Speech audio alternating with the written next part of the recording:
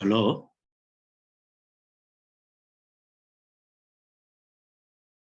Hello?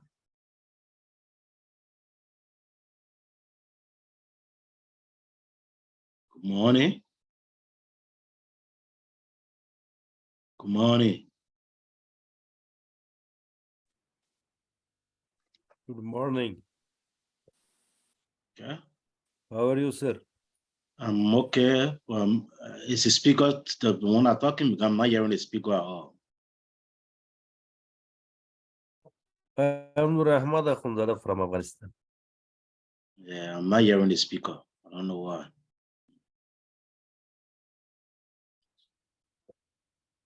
Maybe they will or they will come.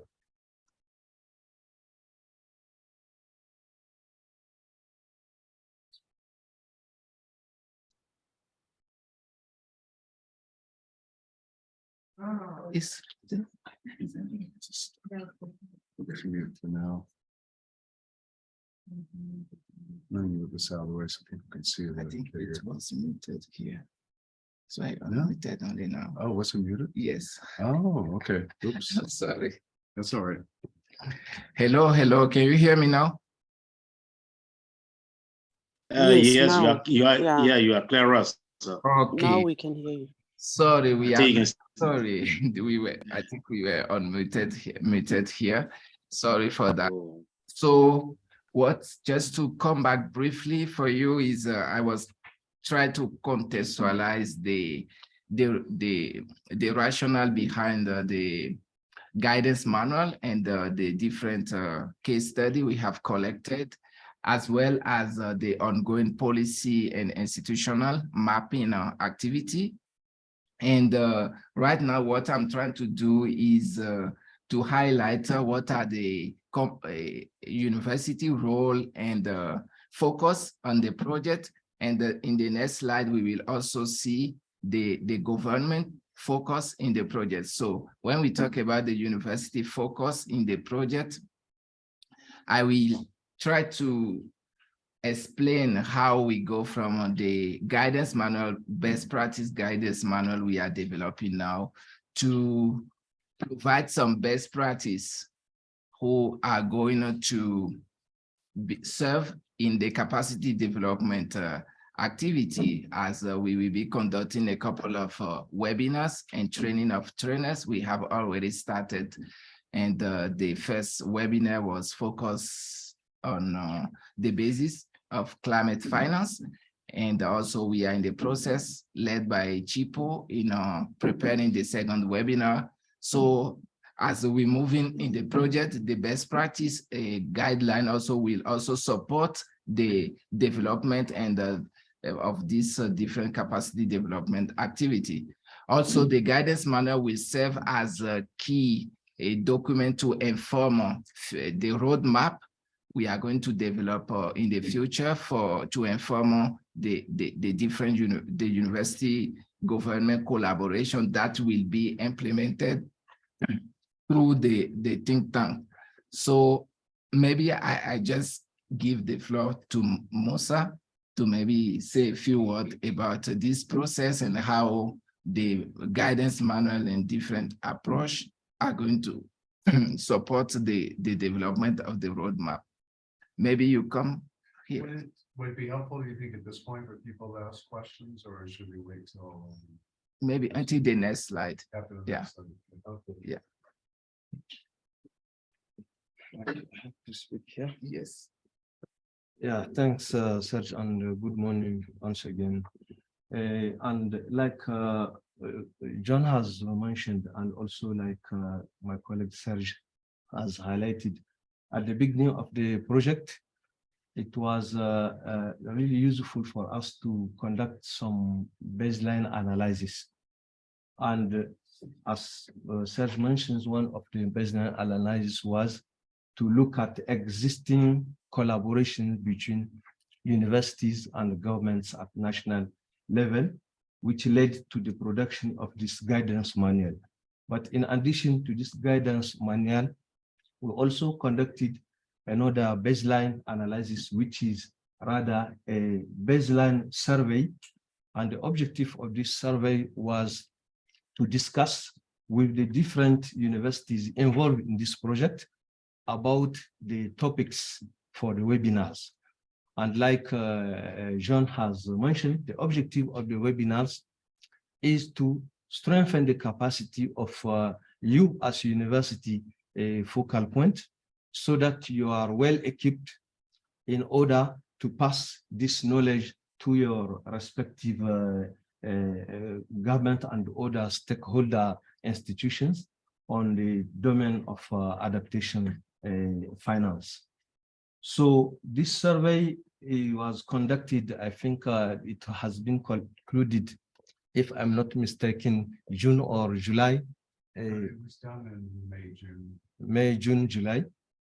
And it has come up with a list of key topics that you think are important for you to get your capacity built in that in these areas, so that for us we will be conducting the webinars around these topics.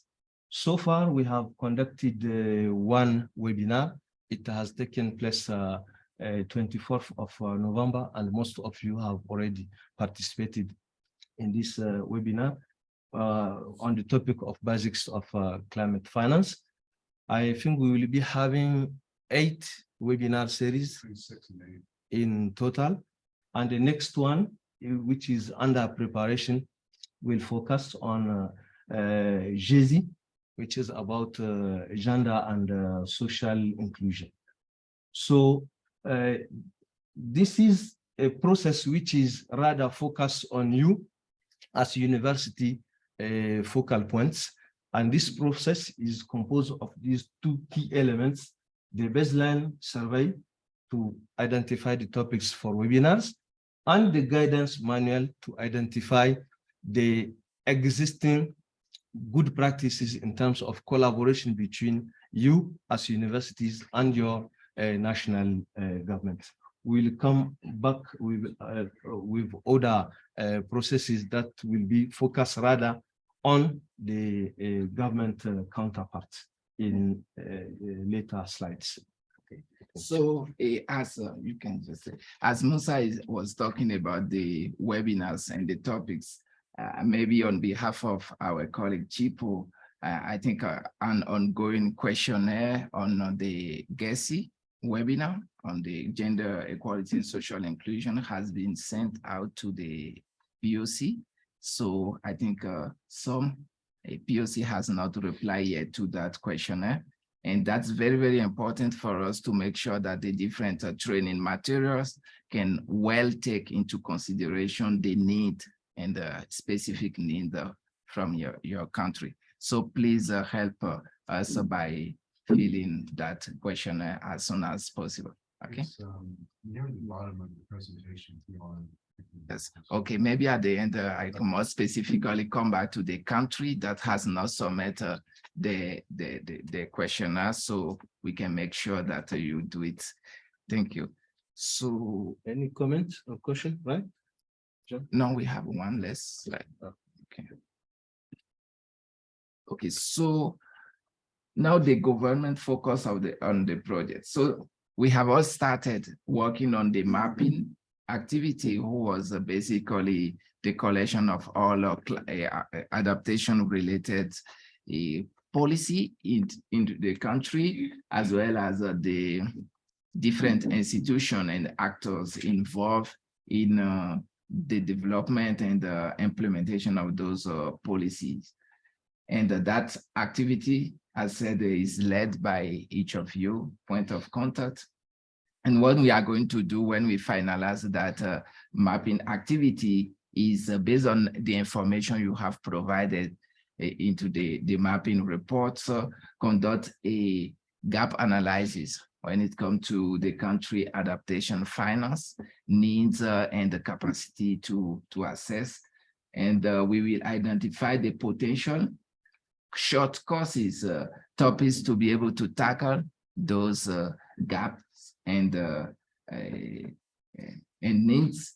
And now In further, we are going to have a validation process also because we are going to engage with the government, so we cannot decide everything by ourselves on the topics and those who should attend those short courses and the modality. Now, when we get to the to the fourth phase of the project, we have to now engage the government stakeholders so we can make sure that our analysis also is aligned with the real needs.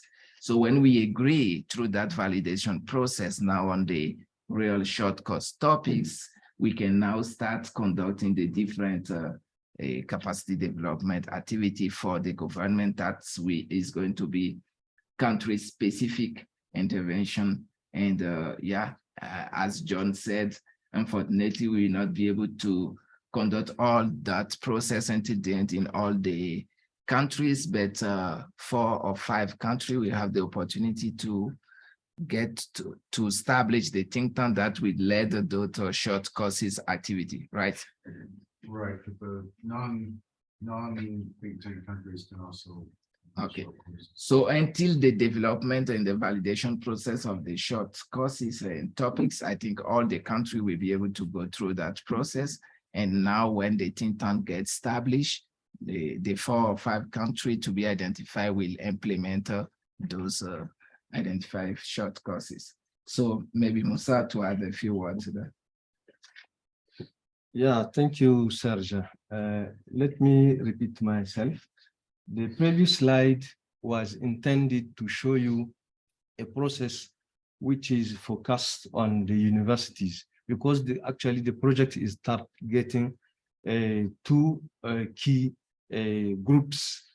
The first group is the group of universities, and the other one is the government counterpart at national level.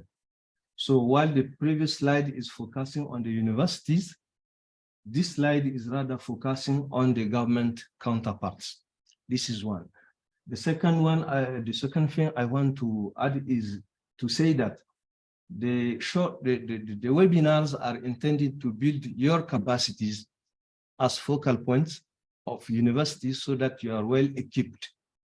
While the short courses that my colleague mentioned are intended for you to use these materials and build the capacity of the second target group, which is the government counterparts. So through this process, which is actually a participatory process, we'll be able, like we have identified the topics for the webinars, in collaboration with you, we'll be also identifying the topics for the short courses, also in consultation with government agencies, which are actually the beneficiaries of these short courses. And also, like my colleague John has mentioned, these short courses are intended to be on a fee-based model. We are also sharing all this information with you in order for us to get a common understanding of the project and its goal, as well as to get any feedback and any comment from you in terms of how do you see the implementation of this project in the nearer and the longer term. Thank you. Yes.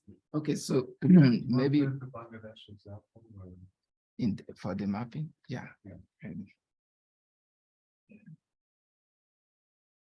So Serge is going to walk us through an example of looking at how steps 1 and 3 link together. Because we've done the mapping, and now how do we analyze it and then use the mapping to begin to identify short course topics. So let me just leave this PowerPoint here. Oops. And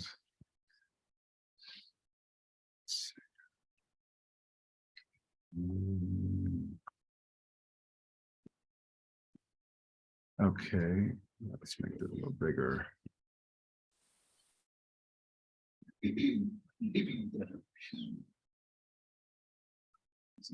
That's pretty good. So it's there. Okay, do you want to just? Okay. Maybe I don't know. Maybe there's a quick brown fault there. Yeah. Okay, good. Okay, so as some of the colleagues have not submitted yet the mapping activity products, I would like to just present the case of Bangladesh, who is actually, I think, a very simple cases and easy to understand. The goal of the mapping activity is to be able to identify at country level all the adaptation related policy. As you may read in most of the emails, when we're talking about the adaptation related policy, we're talking about a policy who are fully or maybe partially contributing to adaptation related activity. And the most known policy actually are the National Adaptation Plan, who are most of the country here either already have a NAP or are in the process of developing one. Yesterday also during the training, we were talking about the NDCs, which also have an adaptation component in. And after that, we have other policy document that can be even a global development programs, but that also have an adaptation related component inside.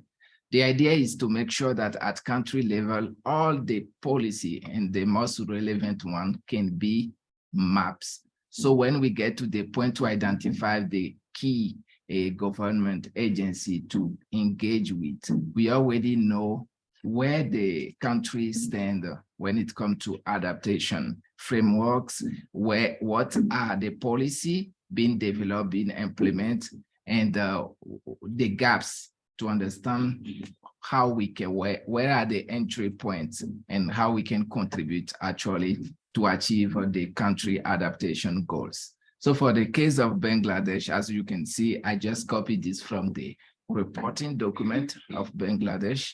So it has been maps around 17 different policy documents. In the mapping report, I think the point of contact try to present a brief description on each of these policies and the specific adaptation component on each of them. So you may be surprised you have a project related to renewable energy, for example, here, but you know very well that we were talking here yesterday or 2 days ago about how and mitigation projects can have a stronger adaptation co-benefits. So just for you to understand that when we're talking about adaptation related policy at the country, it can be like a range of different program and policy.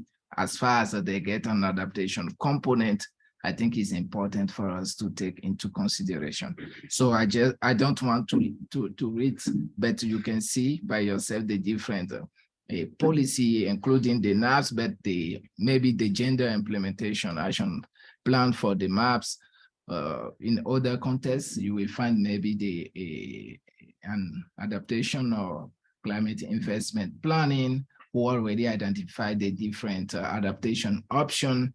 So when we get to that point, we are able to understand very well the different policy that are being implemented at country level.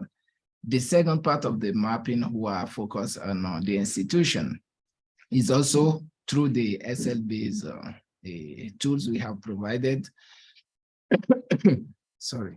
We have the different groups of policymakers who are actually involved in adaptation policy, starting from the government agency who are part of the very strategic stakeholder in this project, like university, government, but we have other relevant policymakers, including the private sector, the NGO, the civil society organization, also who, depending on the country, are playing a very relevant and key role in moving the adaptation action into the countries.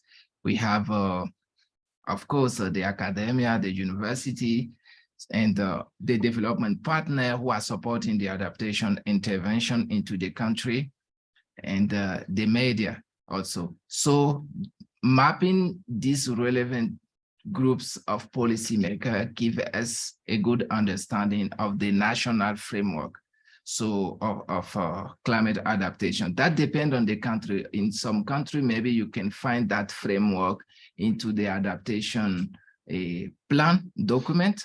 It can be in the NDC document, or maybe the global development plan of the country, where you have the framework that link the policy with the different actors. So in the case of Bangladesh here, you will see the different government ministry who are actually leading this adaptation framework, and more specifically when it comes to climate financing, a strategy to implement that adaptation policy, which are the MAPS stakeholder or actors to be involved in that process.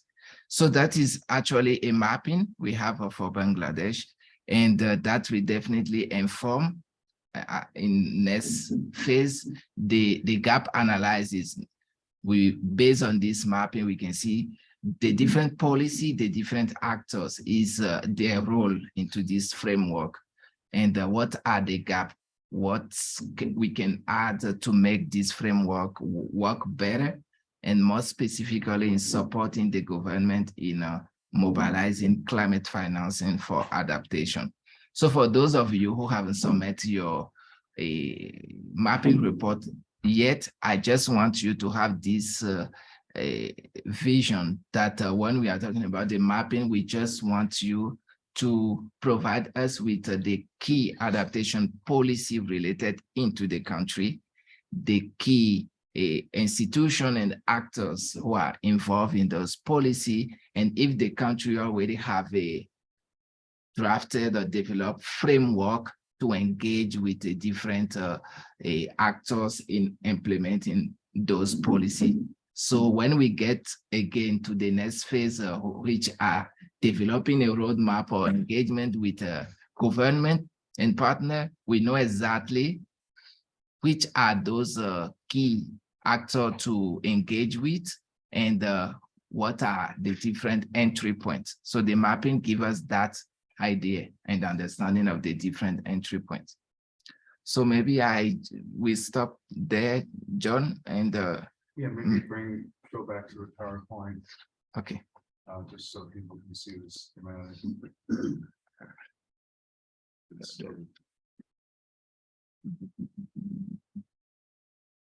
Yeah, there's someone in the waiting room.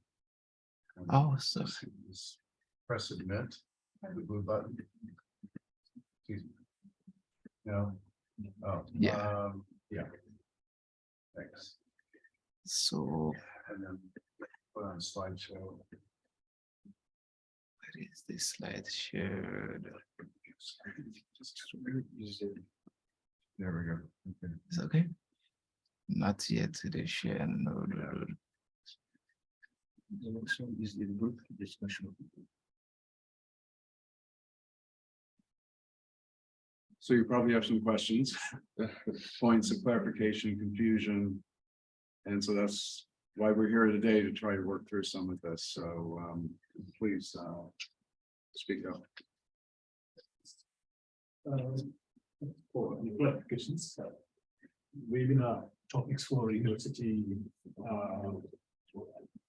let's say, Let me just get the, university focus. am I using my, oh, thanks, yeah. So university focus webinar topics. There are 2 points I was thinking. One is after the if the screening the requirement, or I don't know how to say that, identification of topics for webinar, if it has to be identified on the documents. In Bhutan's case, most of the university staff, they do not have any idea what is there in government document. So probably we would miss out what is required at the university. rather than what is required in general for the country. Because university staffs are not really enrolled in the process of NDCs, maps, and matters. Is in our case. That is one comment. How do we balance this? What is required at the country level and what is required for the university? How do we synergize this? What is required for the university when we identify topics looking at the documents? That's one comment. And another one is, I think similarly, the same question applies towards government officials also. When we provided training, for example, identification of short courses, a few government sections, let me say sections, these people are involved in drafting and writing the documents. And many of the people who are working in the departments, they are also not aware of the document. Because in our case, Bhutan's case, there is not a division, for example, climate finance and where the first and implemented, but it's integrated in the 5-year plans. So there are people who are working for this one, but then while implementing, it is not really clear like this for climate change or whatever. It is taken as a developmental project, for example. In that case, I think sometimes maybe we just look at document and then identify short courses. Probably we might miss out some important courses that would be useful for government officials. So I think we look at carefully what is required and what is already written. So that's another comment. And that comment, I think I forgot. I'll come back later. Okay. Maybe I can start. Maybe starting from the latest comment on the capacity even of the government official to help in identifying the topics for short courses. I think in the process, I think more specifically on the third step, when we talk about identification of potential short course topics, we recommend that be done through the expert analysis in consultation with the point of contact, who are you. It's true that you don't have all the information, but that this process will require some effort from our side, at least, to review this key adaptation related policy document.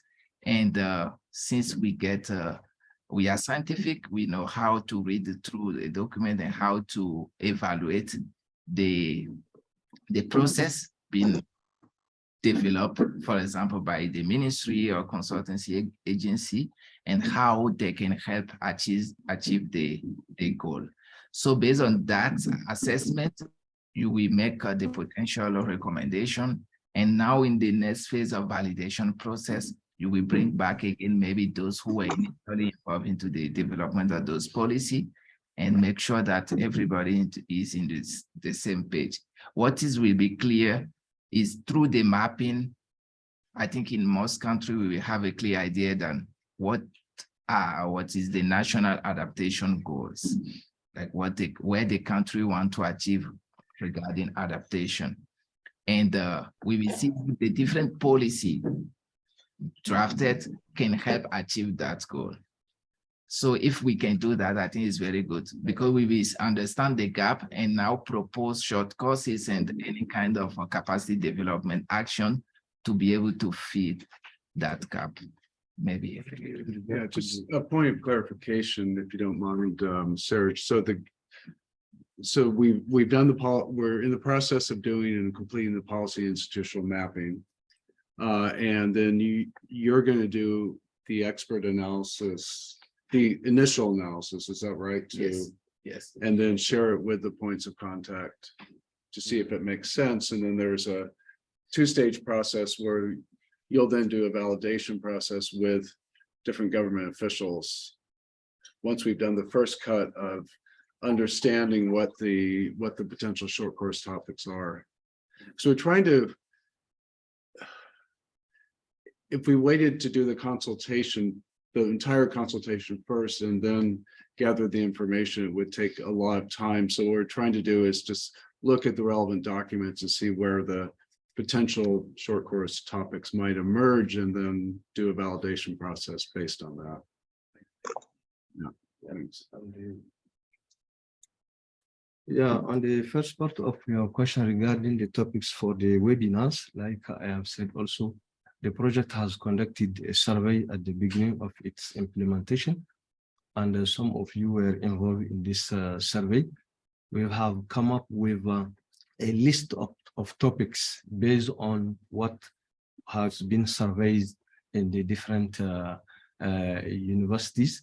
I'm not sure whether it has been shared.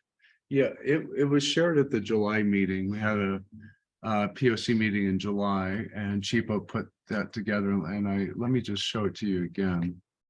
Right here. Yeah.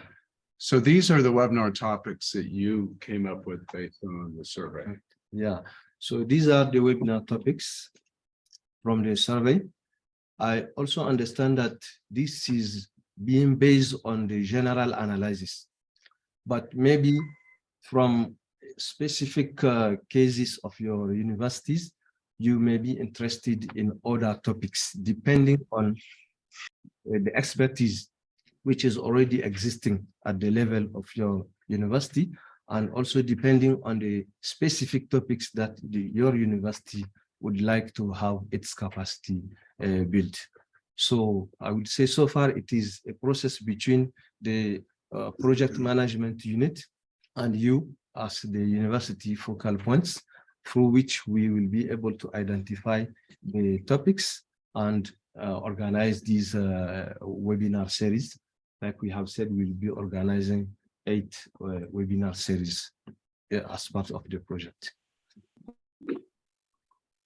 Maybe a final note on to fill the gap like of academia, because I know the university are more involved in research.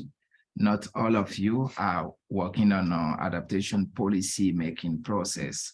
So the role of the PMU, including climate analytics, who is the mentoring institution, who have very extensive knowledge and experience in supporting development and implementation and adaptation policy, is to guide all the process, like both from the point of contact and also the gaps of understanding from the government counterpart.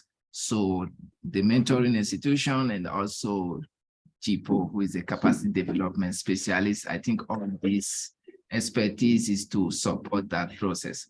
And when we say the expert analysis in identifying the topics, that means with the support of our specialists, the mentoring institution, and all those people that will propose these topics or analysis, and make sure that you as a point of contact and with your understanding of the national context, you can validate, also have validated those information.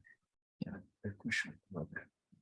We have a question from Elias, and then we also have Pius, who's online, but please go ahead, Elias. Yes, thank you so much. My question is about the involvement of the government. My question is about the involvement of the government. These topics, for instance, they have been selected based on inputs of academia only. And the needs from academia may be different from the needs from the government. I do not know whether it should be a good idea to redo this survey involving presence from the government, so that we have topics that can be endorsed by both academia and the government. I say this because at the end, we have FT-based short courses. And keeping in mind that we are in the sometimes people are not enthusiastic to pay for training. Yeah, we need to keep this in mind. If people from the government they are not engaged from the beginning to the end, it may be difficult on the way to participate in these short courses. Another idea is if the budget allows, I would ask if this training of trainers should be organized face to face, because we gain more in being trained face to face than online. Because from the knowledge we get, we exchange experiences from countries. I think that in this process, we should engage the government and they will endorse and own this project. Thank you. Sure, I'll take on these two. I'll start with your your last question about the training of trainers. I completely agree with you that we should try to do this in person. The problem is the budget that we have doesn't allow that. However, we are in discussions with UNEP about potential modifications to the budget, and so we're taking these considerations to heart to see what's possible in terms of training trainers in person versus one that would be remote, because I do agree that remote can be quite difficult. On your question of surveying governments, actually, I'll let you answer that one.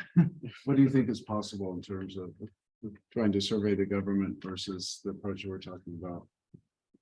Yeah, I think maybe to recall these two processes, the process which is focusing on universities, which will lead us to the identification of the topics for the webinars.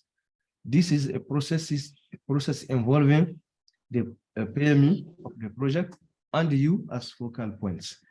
Like I said, depending on what you think you need in terms of capacity. So this could be only between the universities and the PME. But the other process, which is focusing on government agencies, which is expected to lead us to the identification of topics for the short courses, which are the fee-based short courses. And from our perspective, we will first of all, based on the guidance manual, based on the policy and institutional mapping we have conducted, we will make an expert judgment and identify, also based on the different policy documents, identify what we think are relevant topics for the short courses. But we will go beyond that and have a consultation with the government agencies. I think at least the project can allow a kind of support so that you as university focal points, you will be able to engage with your government counterparts and tell them, this is what is coming up in terms of topics for the short courses based on the analysis of the policy documents. What do you think? And we will have a kind of validation process of these topics so that they are agreeing on the relevance of the topics for the future fee-based short courses. So definitely this participatory process is also being put in place so that the government agencies are involved in the identification of the topics for the short courses.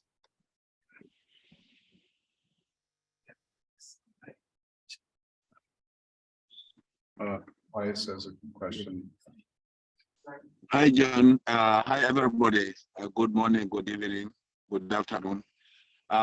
Yes, I concur with the previous speakers that we have to find a smart way of undertaking what we call it a capacity needs assessment, so that whatever we come up with actually has some relevance. And so I really support the idea of having a physical consultation with government agencies just to take stock of what they think are important topics for them, how they would like it to be conducted. But also, I think even we should also think of multi-level kind of this assessment sort of exercise. Well, at a national level, much of it is more of a policy formulation, planning at a higher level, but a lot of things happen at a sub-national level. That's where they interpret the policies, now sort of translate it into actions, now for implementation at a local level. How much knowledge do they need? What kind of knowledge do they require? So really, and we may wish to say selective and true sub-nation level. For our case, we are talking about districts, for example. And then we'll get to know what is really missing, what they would like it to sort of, the capacity to be built on their side, so that they can actually be able to translate those policies, the strategies now into sort of plans, and implementations on the ground. So this is my proposal. We should not, as focal points, we should not assume on their behalf. I don't think that would be correct. Thank you. Thank you, Pius. Well noted. What's the comfort level of people on this topic that Elias brought up about, how do we go about engaging the governments? And what we're proposing is to do this expert analysis based on the key documents and then do a validation with government officials. And I just wanted to hear more concerns that people have about that, or where they see potential to do that, because I think it's really important that we surface these issues and not bury them, but really talk about them in a substantive way. So the floor is yours. Yeah, next. Rosta. Because I already started it. Thank you. I think I had shared some weeks ago the same feeling with the colleagues and Sergi, that the Mozambican process is actually, I don't know if you can hear me. Is it okay? Yes. Okay. Yes, I can hear. Go. I shared because Not very clear. okay, thanks. From the beginning, I think in the discussion, I remember James, we have been bringing this issue, even the meetings, the steering committee meeting. And I shared with the colleagues that the mapping, I mean, giving information, I wasn't also so free to also provide like the mapping without the government knowing it, that I'm sharing such a kind of mapping to do something with other institutions. And I shared the concern that it will be possible to get the consultation before we share the information so that they are aware, instead of bringing, okay, now I have been doing this and this, and this is the result. So I think that I shared it as well as something that is possible for us to do. Is just sharing the document, and we already have like our focal points with the government. It doesn't add like an additional activity. At least, I mean, we engage and then we keep the process. I mean, they know what capacity we need because we have those discussions with the government as well. And we know for the NDC and what, if we have the capacity, we perform, and then if we don't have the capacity, we also know that the university doesn't have that capacity. But I think it's quite interesting to coordinate, in the country level. Thank you. Thank you. John, can I respond? Can I also make a list? Response, and then we have another question, so go ahead. Yeah, thank you for clarification, but I think that works on the assumption that talking to a focal point represents the entire sort of government entities, which may not be correct. And I'm raising this because they're also constrained in terms of really, consulting with the other stakeholders in that field. So, but also talking about reference to the documents that we have in place. A good number of them, they're outdated, but also things have been changing in terms of climate change issues, and even the sort of the climate actions that we are talking about. So really, if we go with that assumptions, I'm not sure whether that to be the right way. But we should also know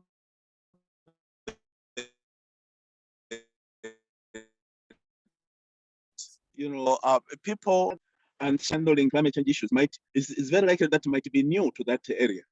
So if we think that institution has been capacitated, this may not be correct. That's why capacity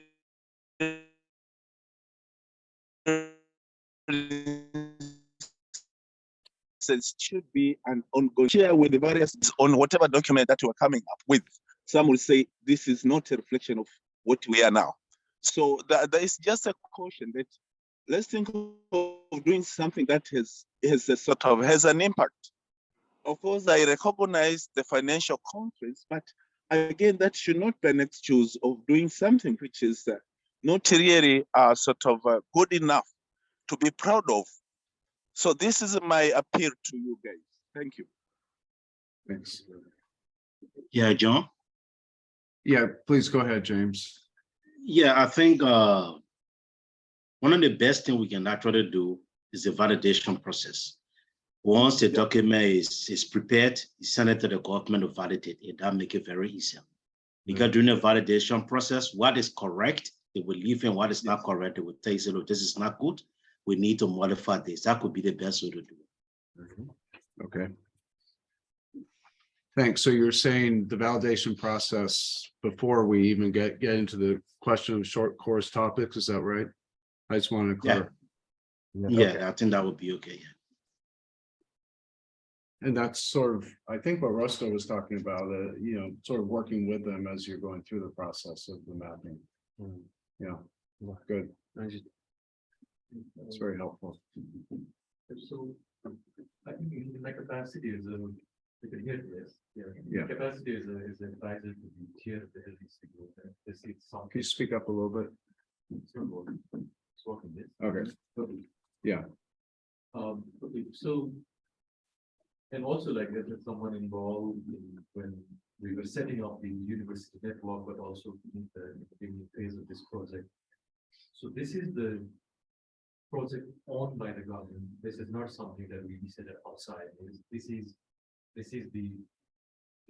functioning under the umbrella of the LDC University Network, which is under the government, which is under the least developed country group in climate negotiation process.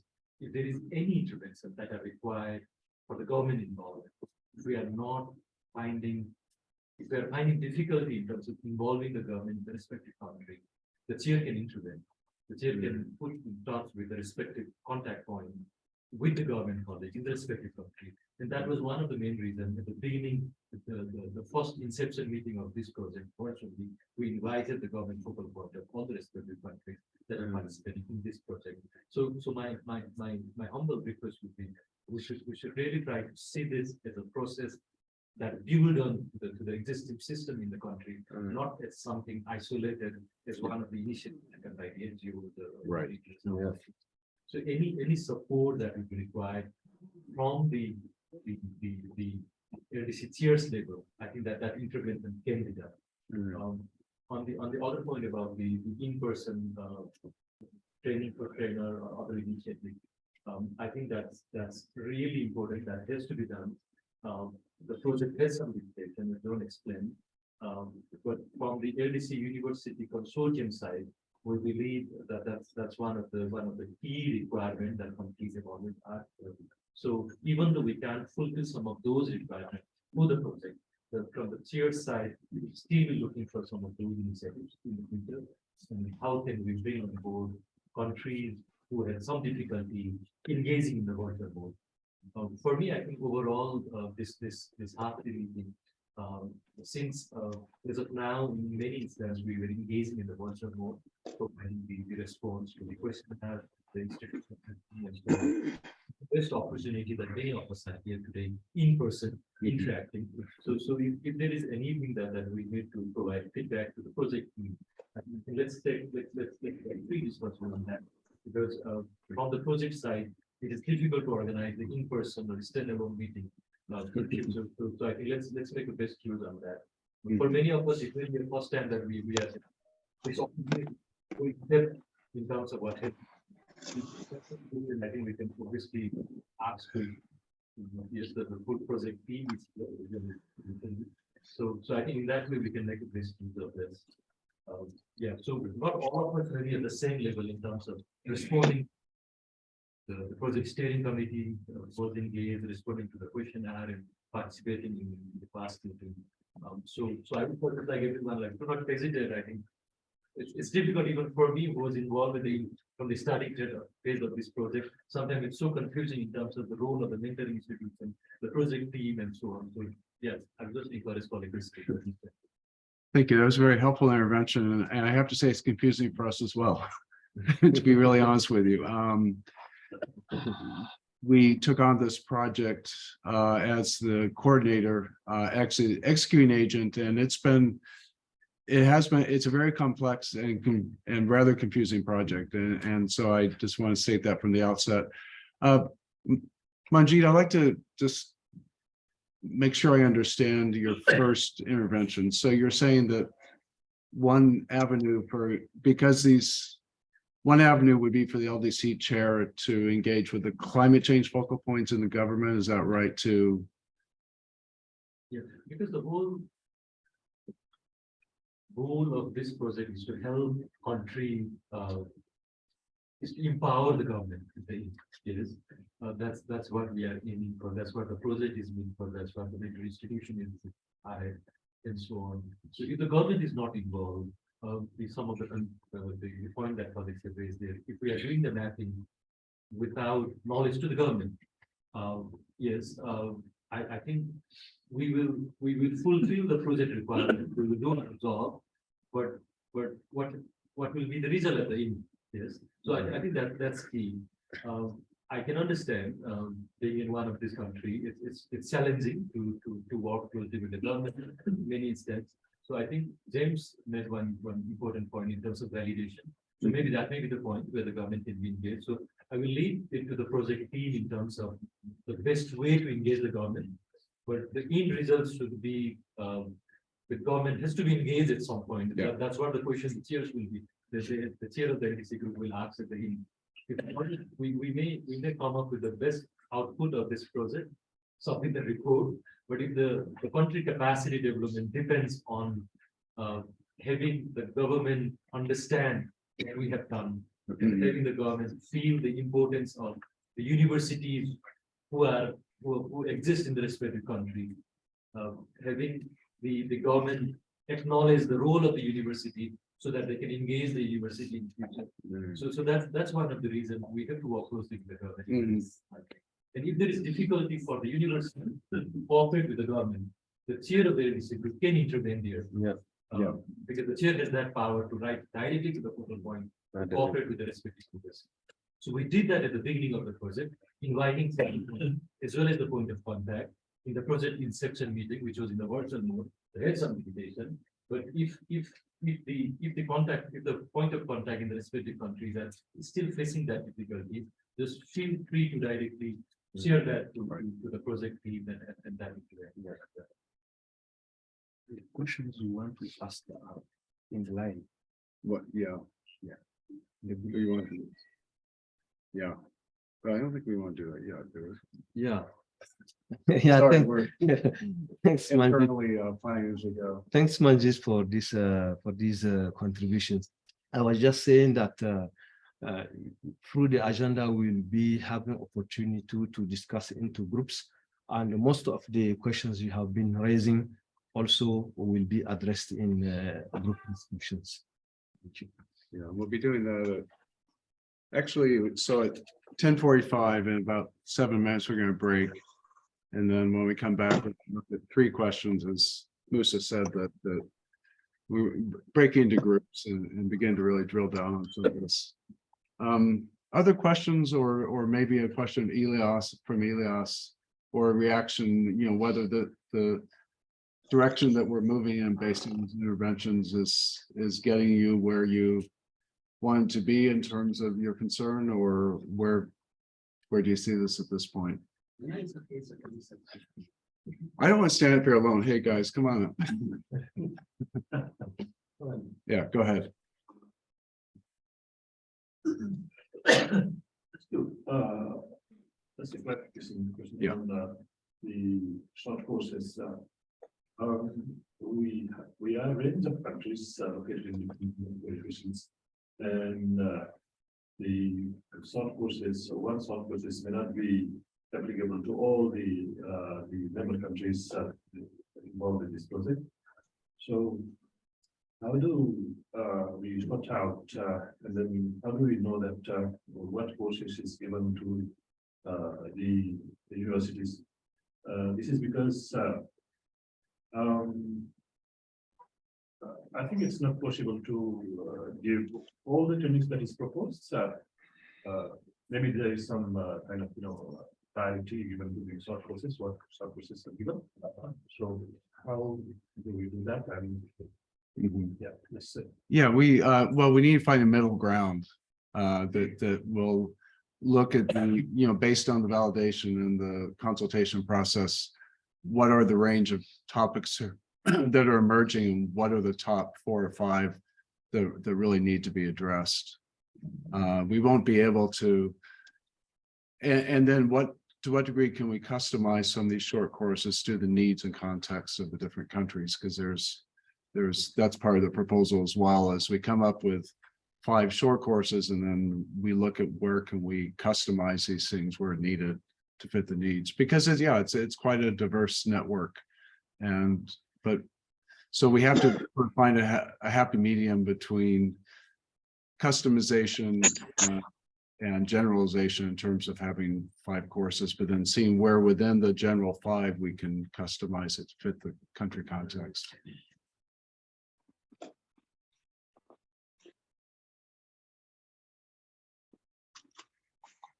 Questions, Majid? Again, on this, I think on the short course, I think we had one experience.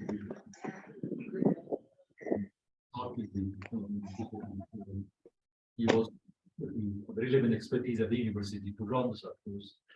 You also need the resources. You also need the short course to be embedded in the university system. If there is a short course developed by the project finished, gone. If it just remains as it is, then we know where. So and I think exactly the country is a different circumstances. So feel free to, I think, bring those contexts so that the project can best help to package that information. And then within the short course also, I think there may be some modules that can be country specific.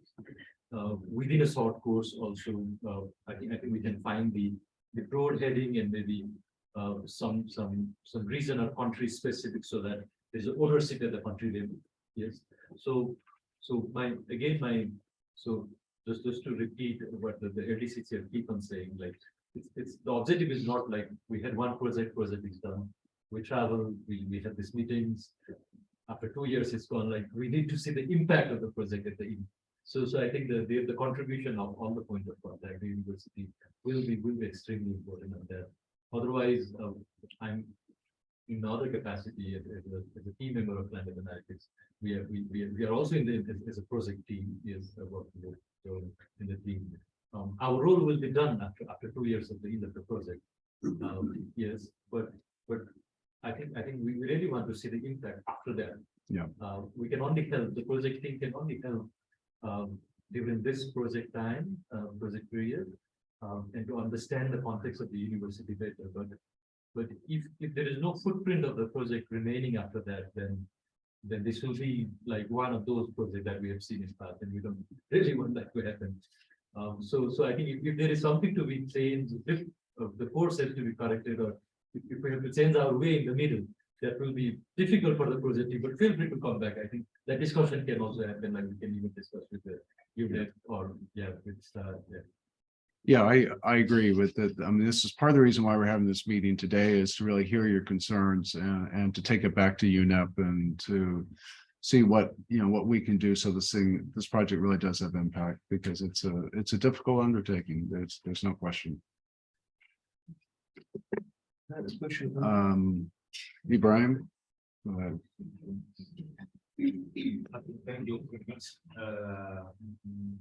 I was involved in the project at the beginning. Yeah. And then the project.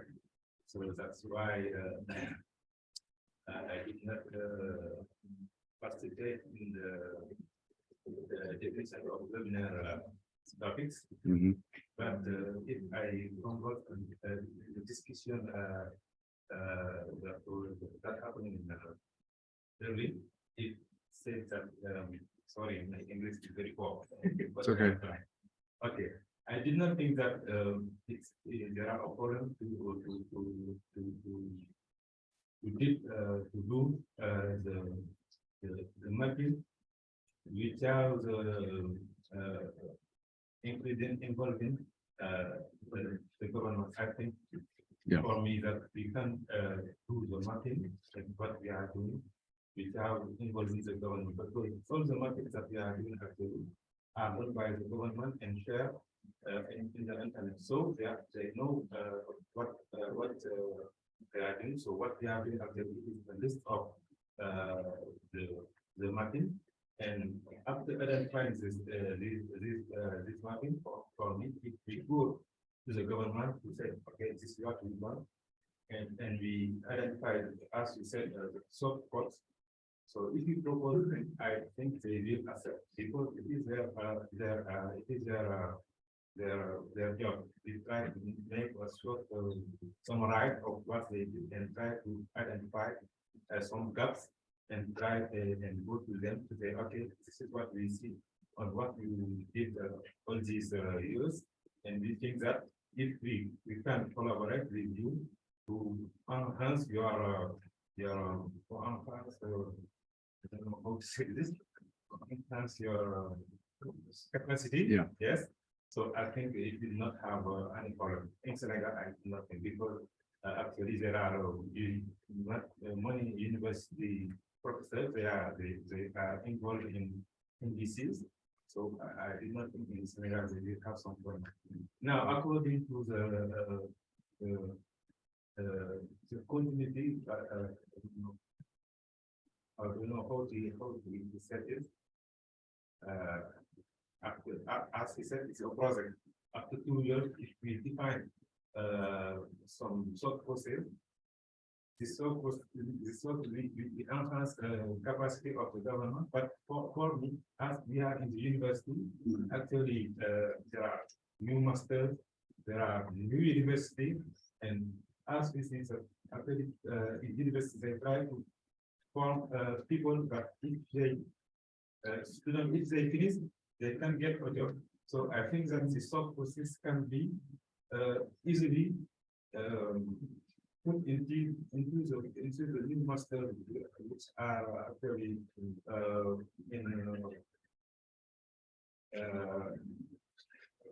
I think you understand what I mean. That's okay. Okay, thank you very much. Thank you, Brian. And I think your point about really engaging the government on this is important and really walking with them in terms of how this is put together. Okay, I think we're going to break. Before we do, I'd like to show you what we're thinking about for the next, when we come back, and just wanted to get your thoughts on these 3 questions. The next slide. Huh? Next slide. Oh, no, this is the. Oh, yeah. Yeah. Yeah. So on the agenda, let me go back up to the agenda. So we've spent the last hour and plus talking about the roadmap and the government focus, and I think some really good discussions and some really good cautions from you that this isn't going to work if we don't really engage the governments early and consistently. And so we're hearing that message, and what are the implications in terms of how we move forward with this is very important. We're taking a break for half an hour. We're now at 10:45, not 10:15, and then we're going to come back for a small group discussion. I just wanted to get your thoughts on these 3 questions and whether you think this sort of gets us where we need to be moving forward, because we're really trying to sort of pull out and distill what are the critical issues and how do we take this forward. And so if there's any slight modification or tweaking of the questions that you think would be helpful, let us know. Otherwise, we'll go ahead and take a break.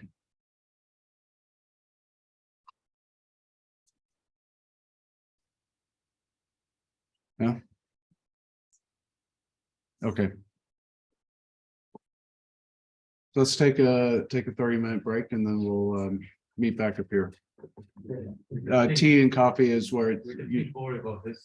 yeah, you can think more about during the break. Exactly. So colleagues online, we're going to take a half an hour break. And then we're going into small group discussion, which I realize makes it difficult for you online, but that's how we're moving forward.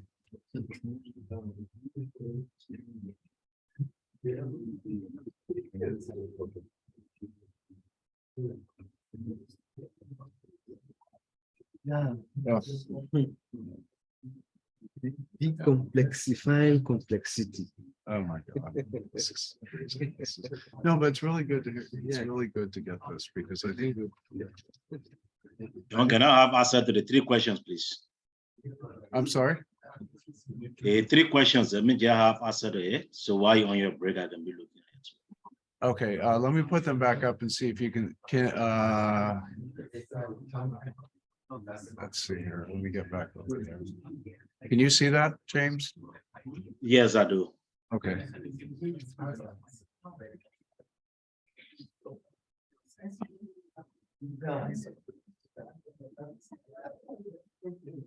Thank you. Mhm.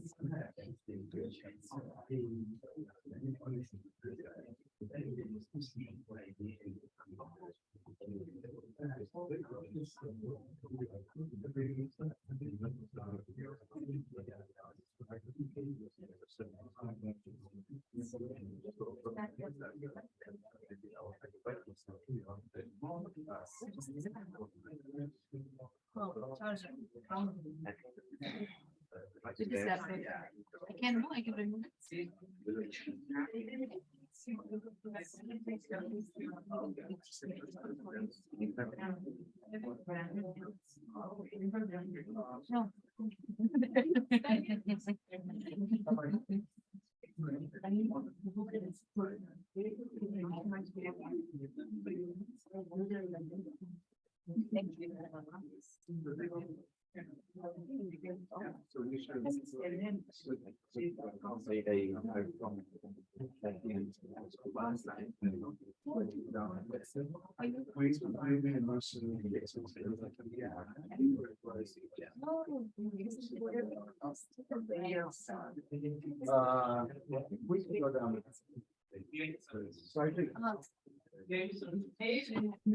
remove it. No.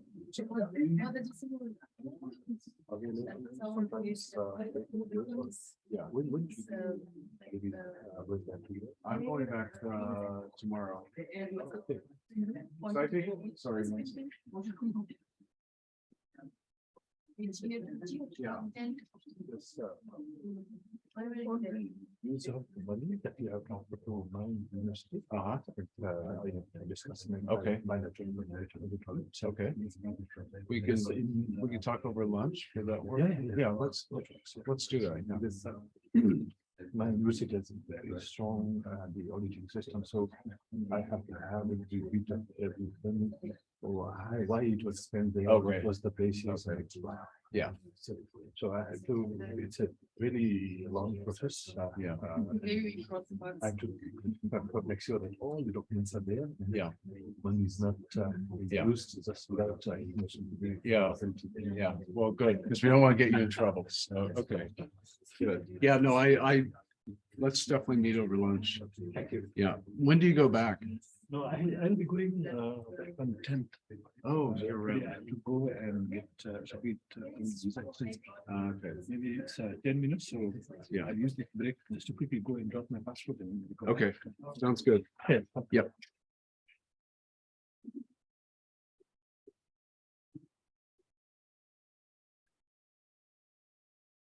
See you down there.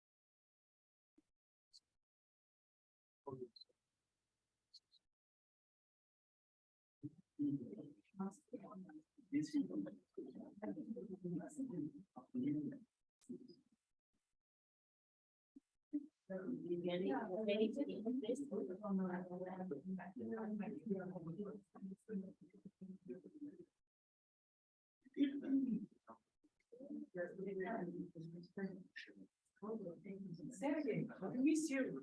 It means when we join this around now, our friendship is.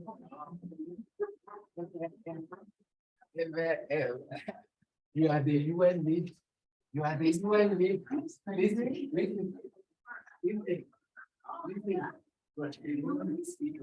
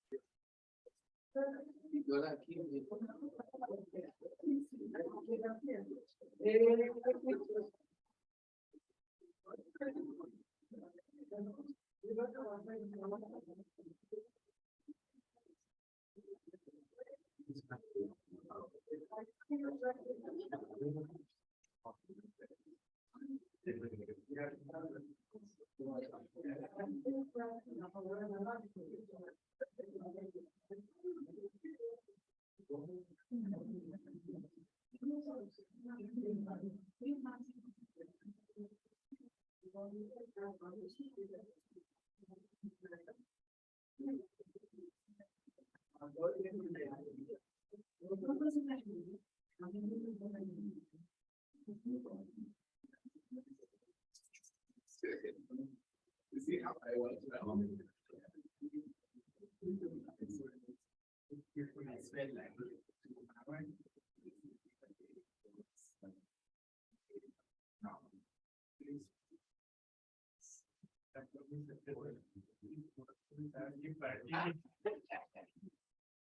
you see the they gave it to them. It's crazy. Staying to everything is covered.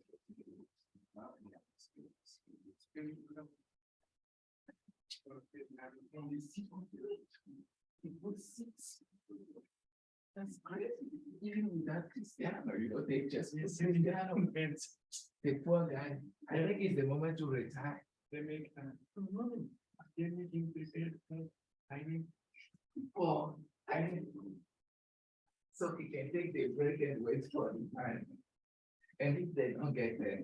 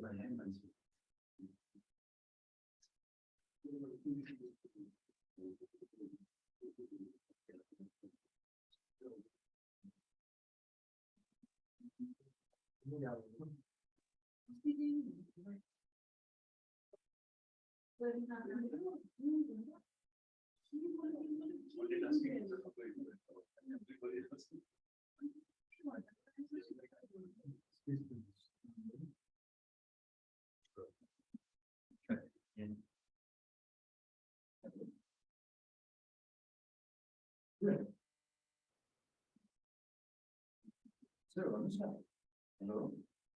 हजुर भन्नुहोस् ए विनोद हजुर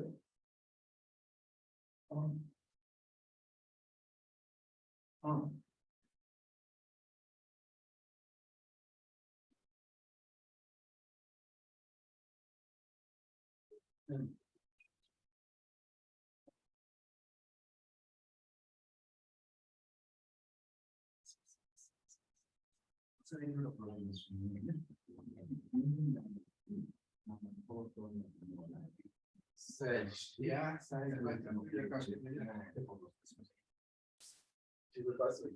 yeah, I want. C'est parce que je devais avoir un rapport et quelque chose aujourd'hui de manuel qui n'a rien à foutre avec ce que tu as fait.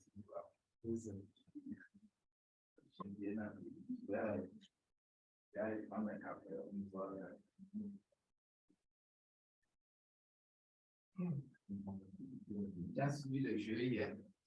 Non, le Maroc a gagné. On a un atelier avec Pascal. Ah, ok, les alumni de Pascal, voilà, les boss, les boss.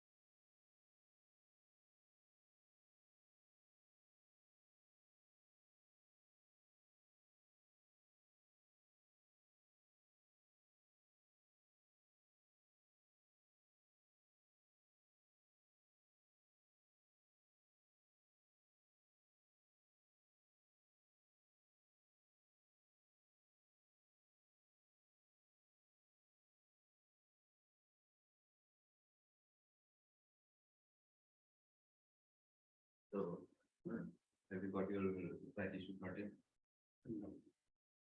Not subjecting before while the Yes, that's actually my fault because when I see this, it's something that's so confirmed because it was a song. And then just confirmed that it's okay by myself. Then it's so yesterday when I was taking my tickets, I noticed that I was spend 3 days before the meeting. So that's just I'll be that's 5 here. And I was spending the night.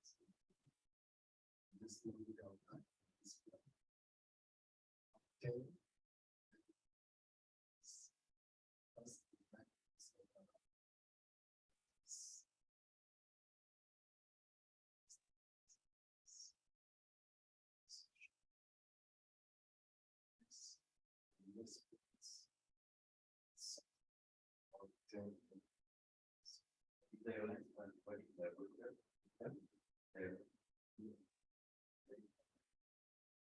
You have always off and model.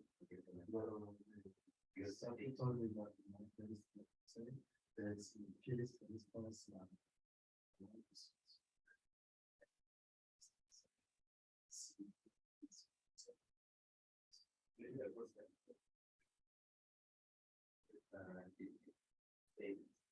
Only one day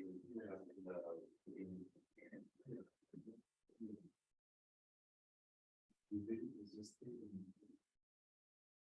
it is somewhere like each of the intention for like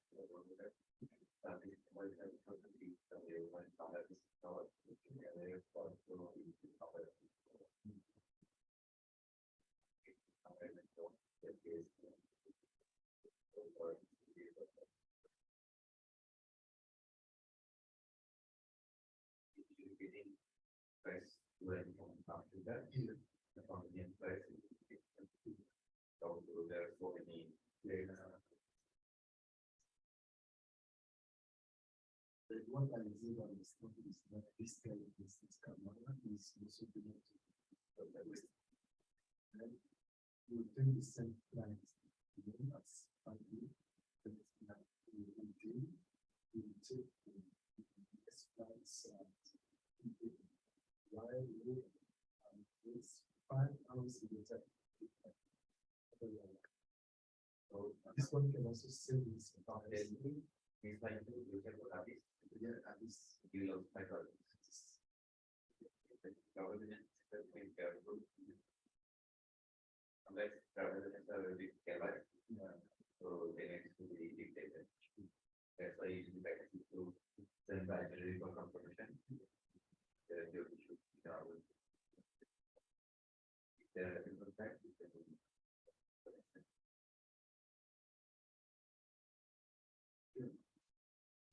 this time I'll try my best to check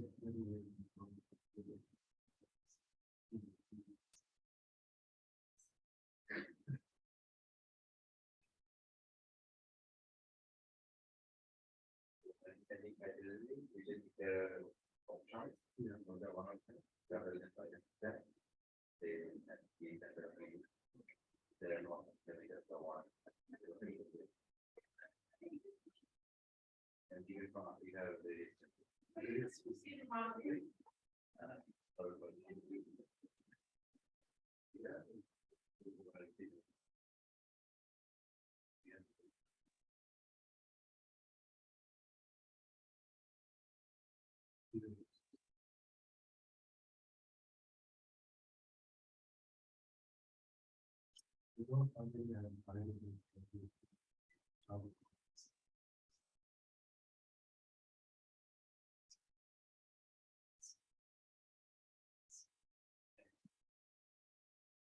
depends on when the BMI takes the compound.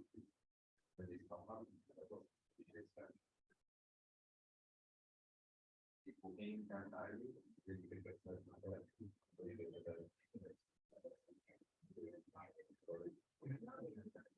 it's very close.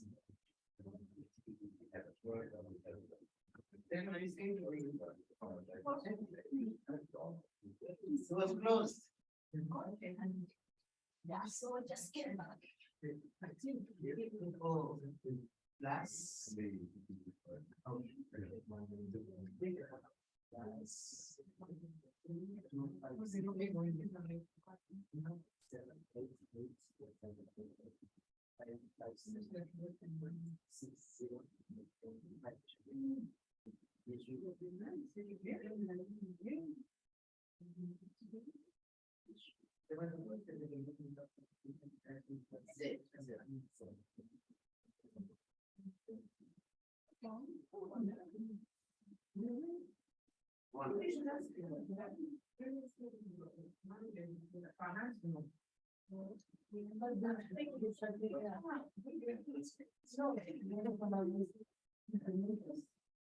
Yes.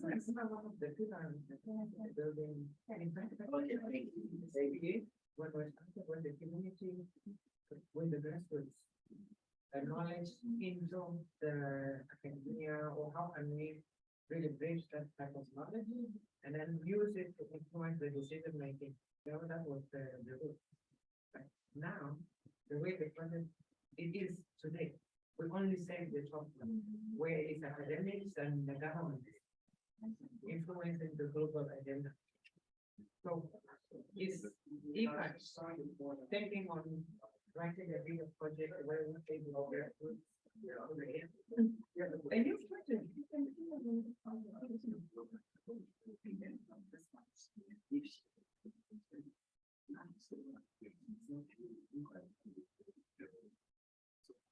Okay, just supporting. Okay. Yeah.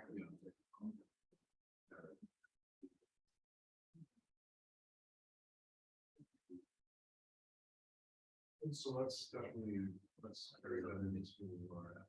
Now we have this. Next one, important that we come out with some concrete ideas. So that's definitely. It's different.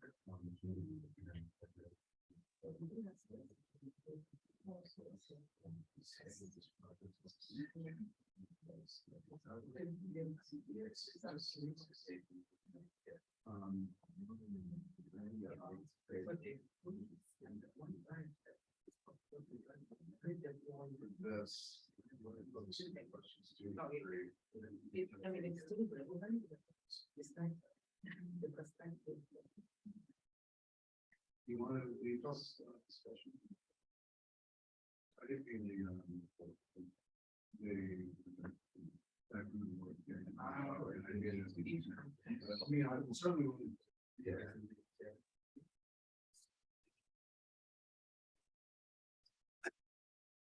So.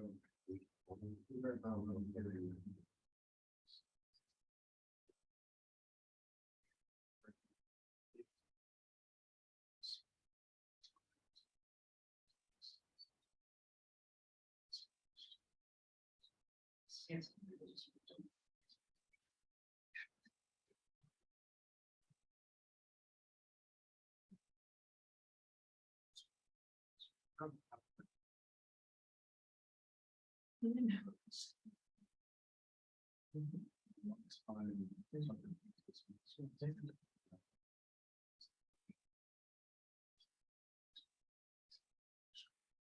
Yes.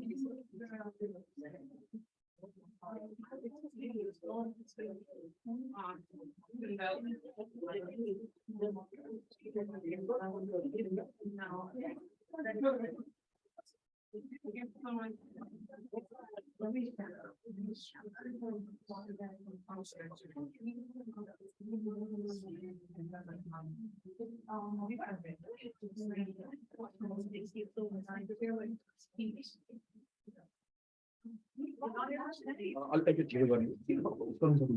I propose one.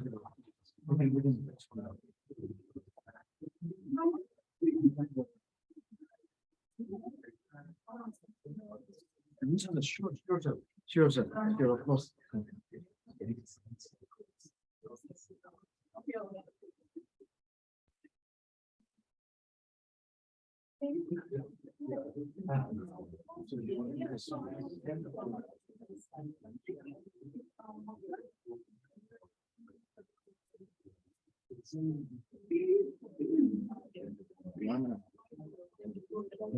Those who are online, they still there. They're still online. They're probably going up. But,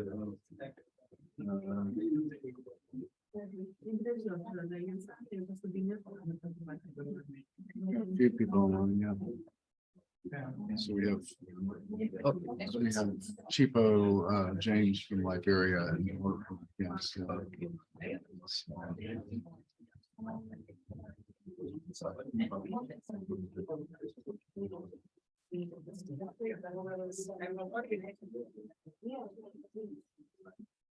No.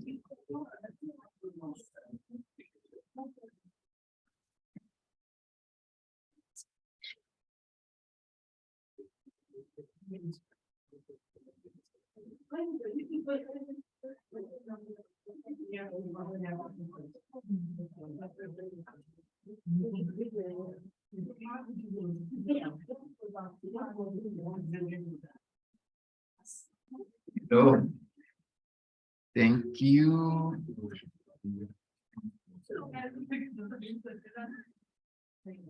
So let's just try to break into 3 groups of 5. So I don't know, maybe where we are just 2 people, maybe we can try to join other table. If we can just break in 3 different groups, no more than 5 people, it will be good. 3 groups. And in each group, we will try to reflect on these 3 key questions. You know, how can university help government to assess climate adaptation finance? This is kind of a broad question, and I believe the discussion and the training we have yesterday or the last 2 days give us a lot of ideas on how we can frame this support of our university to government when it comes to access to climate adaptation finance. And second, to reflect also on the attribute, the more specific role the university can play in building up on to this, as I say, attribute that your university have, that you are based on the attributes and the resource you already have within the university, how you can build on that to make that support happen. And finally, to discuss also any kind of impediment, challenge into that may constrain a strong university role in access to climate finance in your country. So again, let's try to keep in 3 groups, not 4. So we have maybe you join this, yes, and okay, so we will have 20 minutes. So let's say 7 minutes max by question. We will have 20 minutes, and each group will have one rapporteur to present the outcome of the discussion. So we have 20 minutes. And after we will have another 15, 20 minutes to discuss the outcome from the groups. And from there, we can move to the final discussion of today. So, yeah. Okay. So I'm gonna go sit. I think we each sit at a table. Okay. So for the colleague online, we are going to start the breakout session now for the next 20, let's say 20, 25 minutes. And after we will have the plenary session to discuss the outcome of the group. So see you.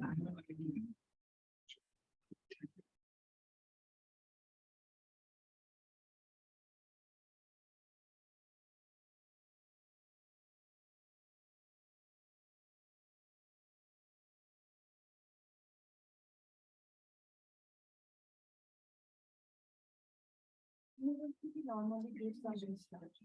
So if that research, result of the research, they can from the government official. This is the foundation after research or the data. They inform the government officials that from this result, you need to try for funding.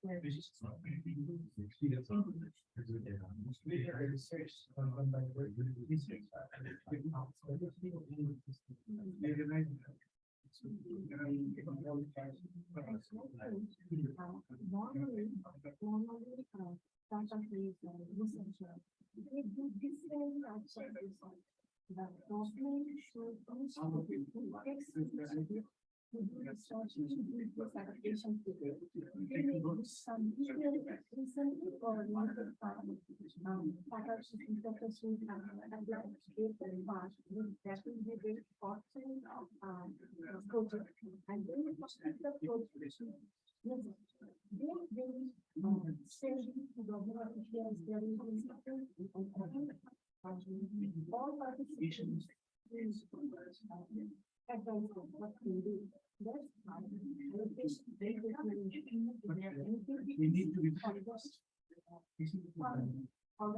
founder. This is our problem. See our research. That's right. This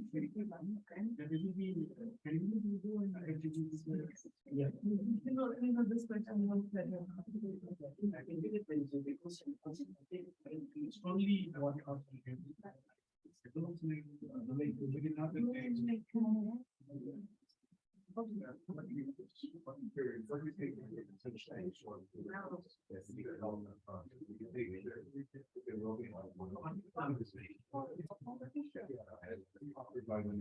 that's something we've been there are the challenges. I wouldn't say secondary.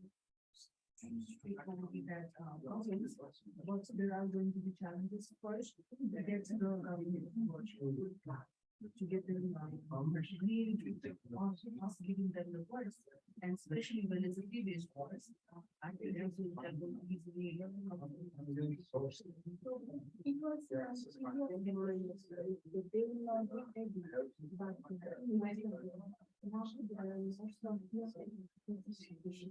Now we are doing government officials interested not the older officials. Young generation,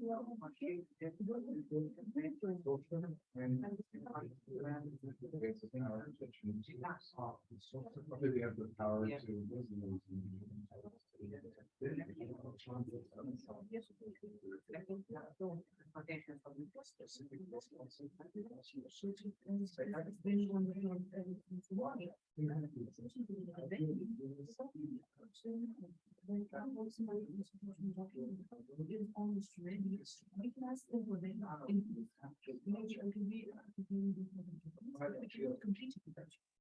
Like that, they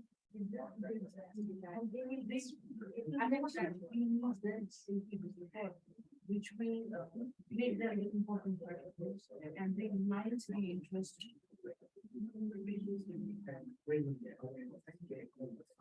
they are so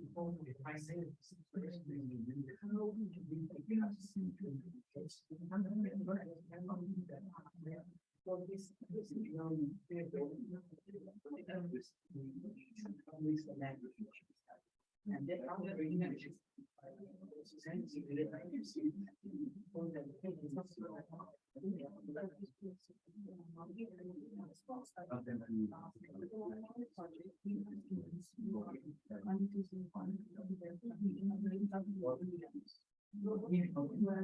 they completed their thesis and then they prepared their school policy which is and disseminate the information to them that okay, we did this and study area, this is the results. And these are the recommendations that we think that can be implemented more in your language, it might continue. So when we do that, the response will be next. This is going to be different on the screen.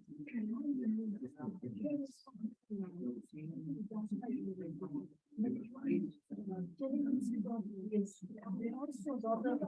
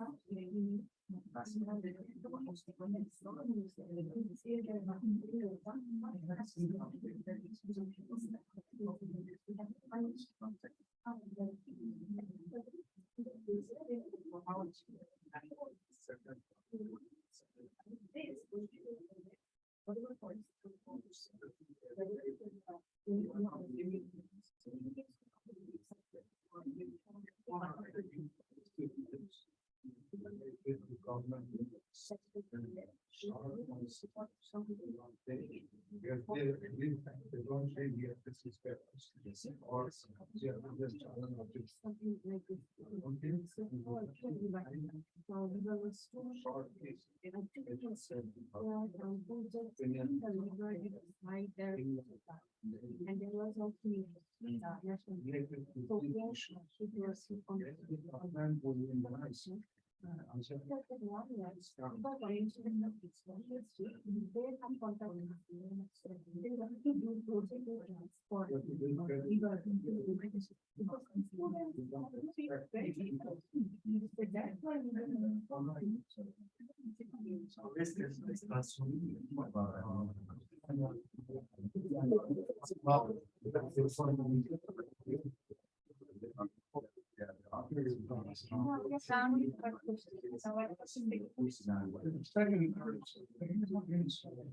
So can I do the second question?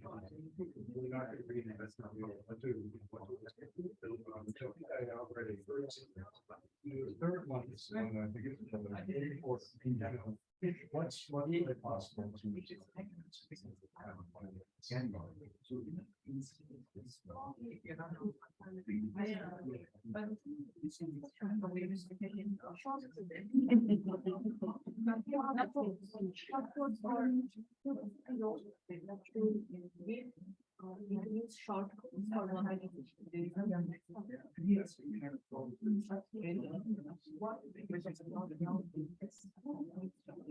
So it'll be a question three.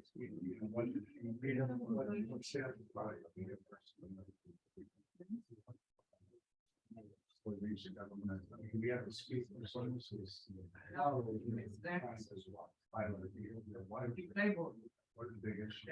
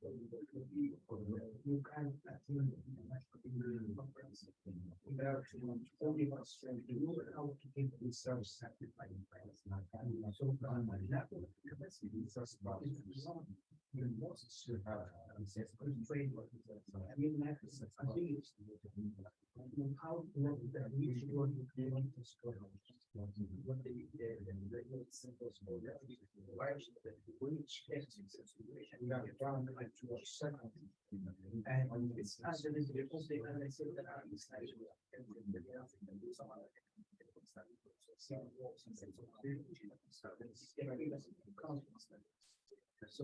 those staying to the dimensions, just one kind of there been as on issue. So they are much alignment new kinds and I should be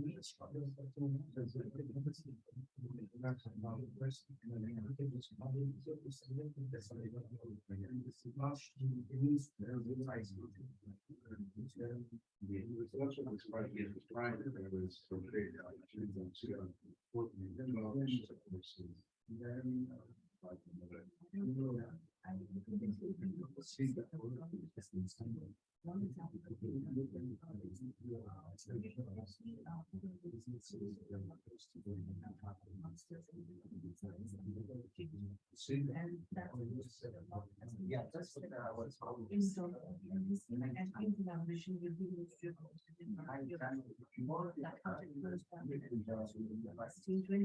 and now, probably in Jan, only government is going to, hence the ministers are going to change. So what rapport we had developed with ministers back then is not going to work. We need to reestablish everything. So that isn't happening. We need to run it. It's the way. Against something.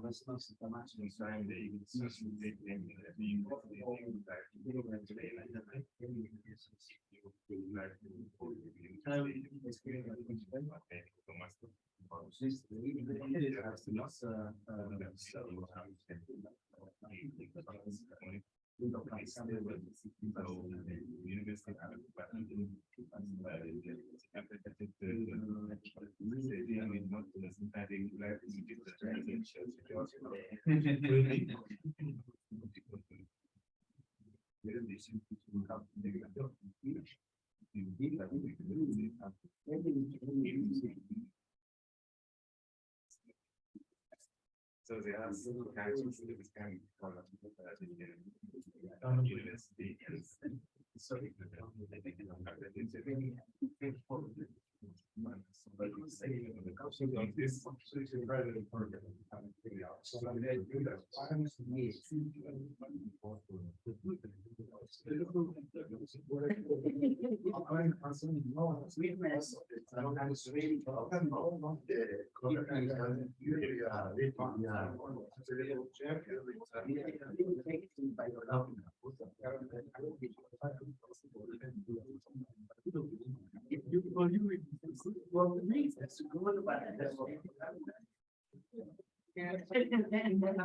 So I mean, we have family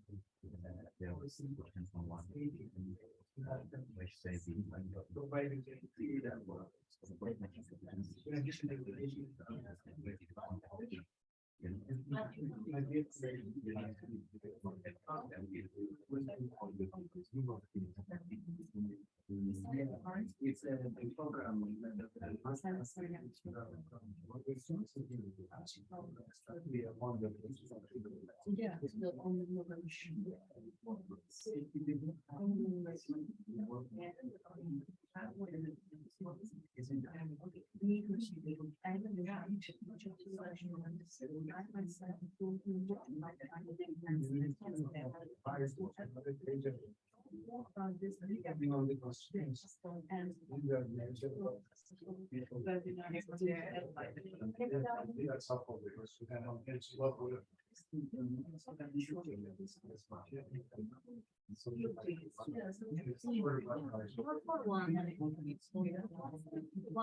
It's a long time.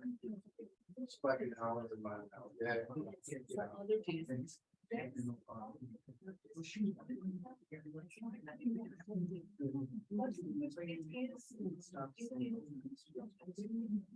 are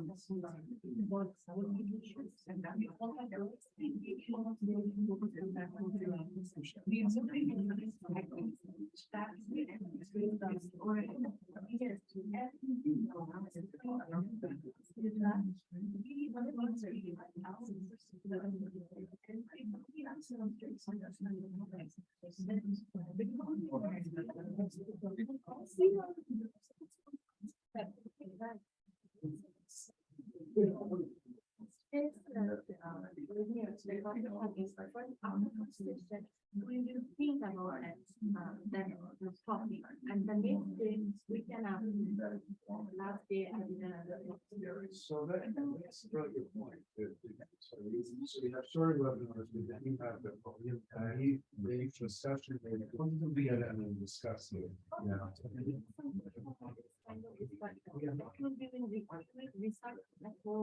When we change like it's helpful. Homework, not work, you bring.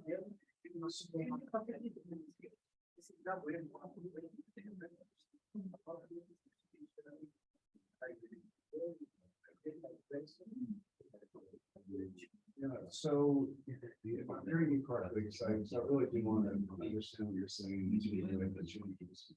Short webinars, you have that topic is 2 hours. Well, I think the next one is we can see say 1 hour webinar on gender. And then at the end of this question, it's 1 or 2 questions. And then we do a follow-up.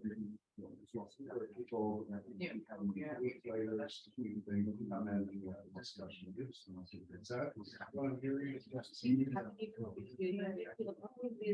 Couple of days.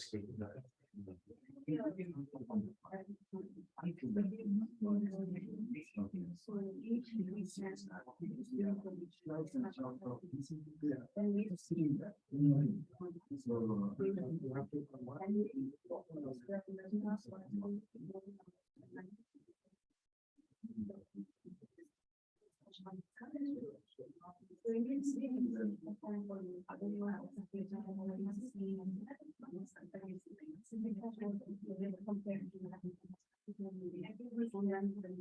So there is some websites where all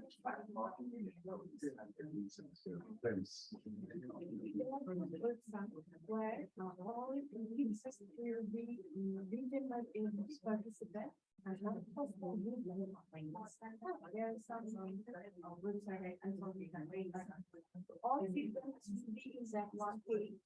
So when we want to understand, because we all have different ideas, so we can read other ways to hear that stuff.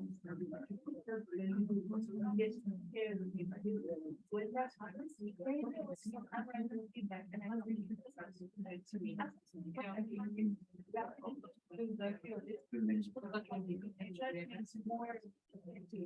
Also, comment on that. Interesting thing about that. Right, so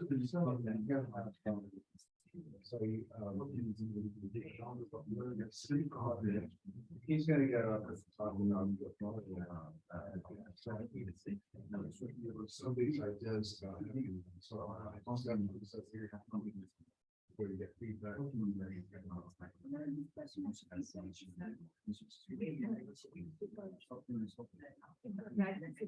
Yeah. All that this.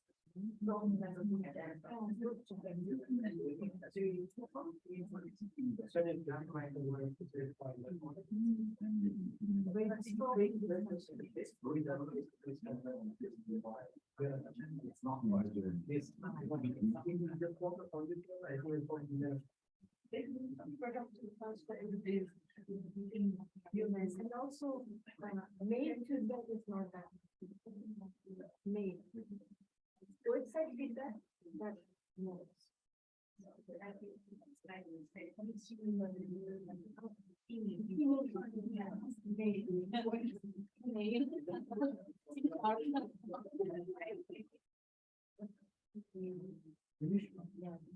think it's done. We Good, thank you. Then you have something to say. So you will be, someone's going to be the laboratory.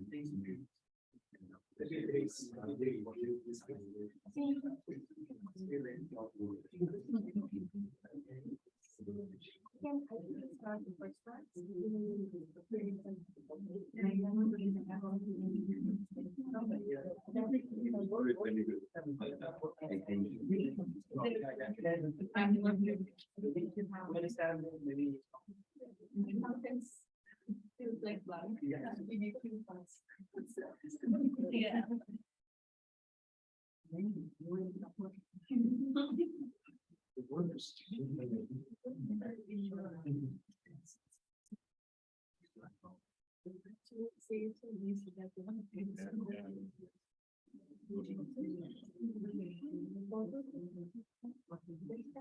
The online class because I don't know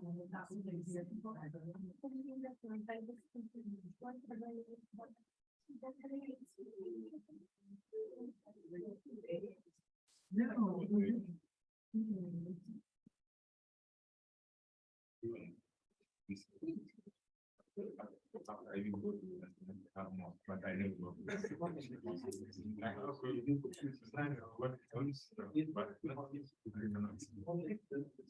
Yeah. So you can.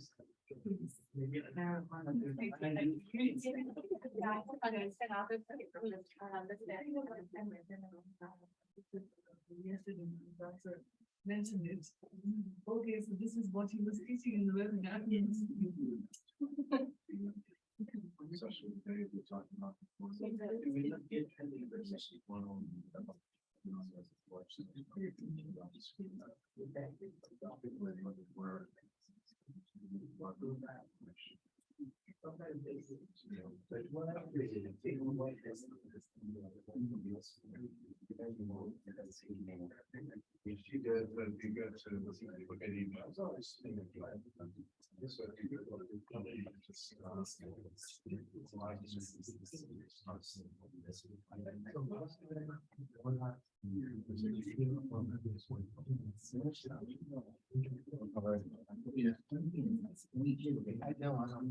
Sure, that's fine. So you're gonna take notes on feedback, okay?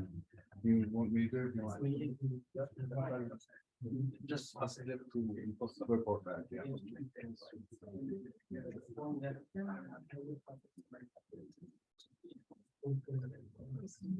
Okay, thank you. Shall we resume on the report back from the different group discussions? Maybe we didn't assign numbers to groups, but maybe we can start with this one. So if the rapporteur of this group can share with us some of the insights being discussed in relation to these three questions. And if you can come here so that our participants online. Oh, thanks.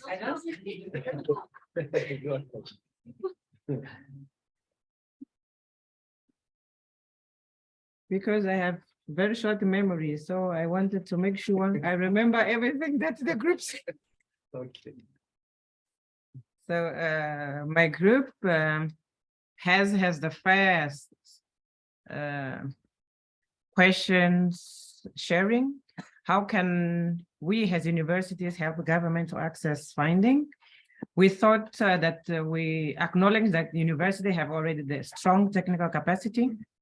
We could support the government with like information required for good proposal.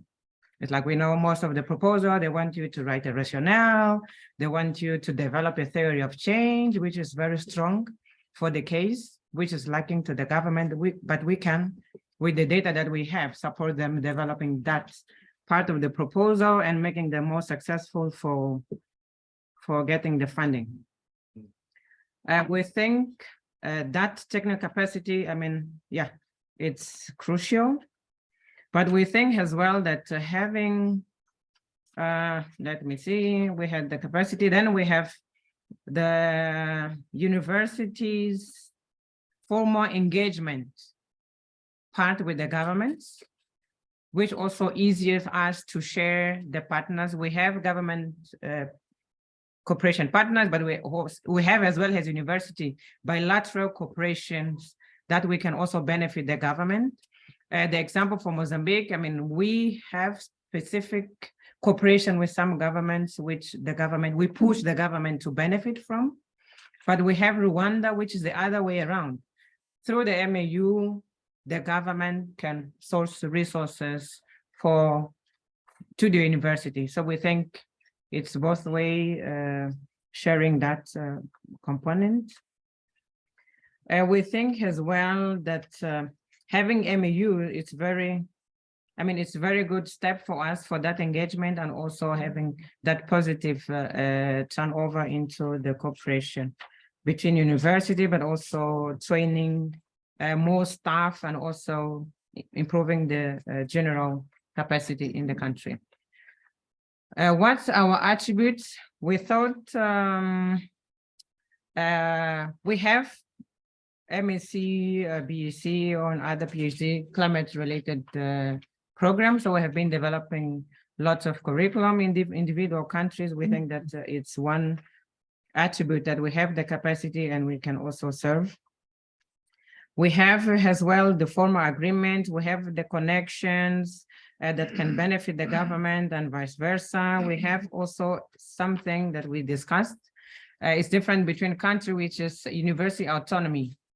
I mean, in some country with the autonomy, I mean, you can have, I mean, more opportunities to explore, but in some countries, it still needed to be improved a lot because it can play as an impediment, which goes again as a factor for us. What could be an impediment for us? It's if there's no link between the government and universities, then you lose all that benefit that we have been discussing on helping and capacity development and also accessing more and more windows of climate finance.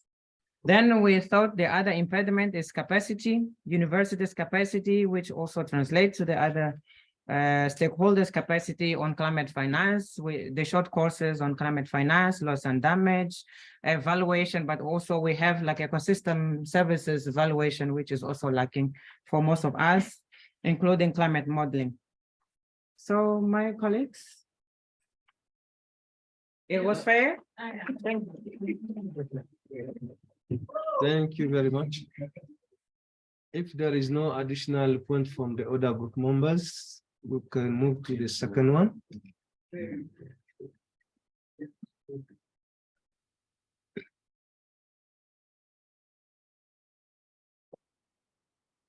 Hello, everyone. Thank you for this opportunity. Okay, so climate adaptation finance. Okay, actually there are lots of problems, but we will go bottom to top level system. So what we do in university, we do some research, and we publish that research work, but government officials will not read it. They don't have time. So what can we do? At first, we can do some inter-university collaboration to do research on adaptation site, and the result of that research will be noted down in some points, and we can show it to government officials to take their decision when they are planning for climate finance. Okay, government officials will not contact us actually, right? And who am I? Why will they contact me? So what can we do? Normally, universities higher authority, they have some contact with government officials. So a higher authority can help us in this side to contact governments and university collaboration. And yes, we can help them to write the concept note, but that's the again same question. Why will they come to us for their support? So we need to explore, we need to advertise it also. It's also important. Sometimes we can use social media that we did this research on adaptation. We know these are the problems. Then that's how government officials will be interested on us or our university's research work. That's how we can make some collaboration between university and government. Okay. Additional points? Okay, thank you so much. I think the three questions has a strong relation to each other. Sorry. To answer the second question, the attributes, in order to work or to do something, that you have to drop, you have to clear the obstacles, which means that I need to answer the said question firstly, and then to do the role of the universities. So what the impediment, what the constraints that universities face? I think actually concerning my situation in Sudan, the isolation from the international community, the isolation because of climatic and non-climatic factors. Climatic, we know that the LDCs are facing drought and floods, and this cause migration and IDBs. Will lead to instability, political instability, economic instability. Both points, they will push the government and make instability for the government. So the opportunities from international institution will never take in place, which means that the universities will never take, for example, like kind of building capacity, courses outside, scholarships. So which means that unless we build the capacity of university scientists or the academic promotion, academic capacity building, we cannot have this weapon. We cannot have this point to deliver to our government. So whenever we solve this problem, in terms of we build the capacity of the scientists, them academic, we can attribute. How we can attribute? We can deliver the knowledge to our government in the proper way, in the best way, in the easy way. What the outcome of this? The outcome, they're going to know what's the importance of your role? What the importance of the point that you raised, for example, adaptation project? What the importance of the climate change impact? So because many of the politicians, they don't know how the impact of climate change, specifically in African or LDCs countries. So I should use a best language, easy language. I should use graph pictures, which mean that as Prof. Mizan mentioned, that we should select the easier way, like media, as my colleague said, that because easy to deliver. After that, we will bridge these gaps. We will make kind of integration between the science and politics. So we will convince them in order to sustain your government, because the politicians seeking for the chairs, seeking for taking decision. We will give them this point that we emphasize them. This point will emphasize, will sustain your role to the country. In another point that we can deliver our knowledge, which means that we can solve many problems related to the adaptation, related to other projects. I think that is all concerning these 3 points. Sure. So by that we can deliver how we can deliver the short courses and international contribution, like webinars like this. This will help each other. So we by this way we will gather the scientists and politics in the one umbrella. This is the most important point. We should give them together. We should unite their role. We should find the best language for those can understand. So in order to guarantee what the decision and to guarantee the impact, the intervention that we take. Thank you so much. You want to add something? Question? No question. Thank you. Okay. Thank you very much. I think most of the points have been also raised in the other groups. So there are quite some similarities. Let us listen from the last but not least group.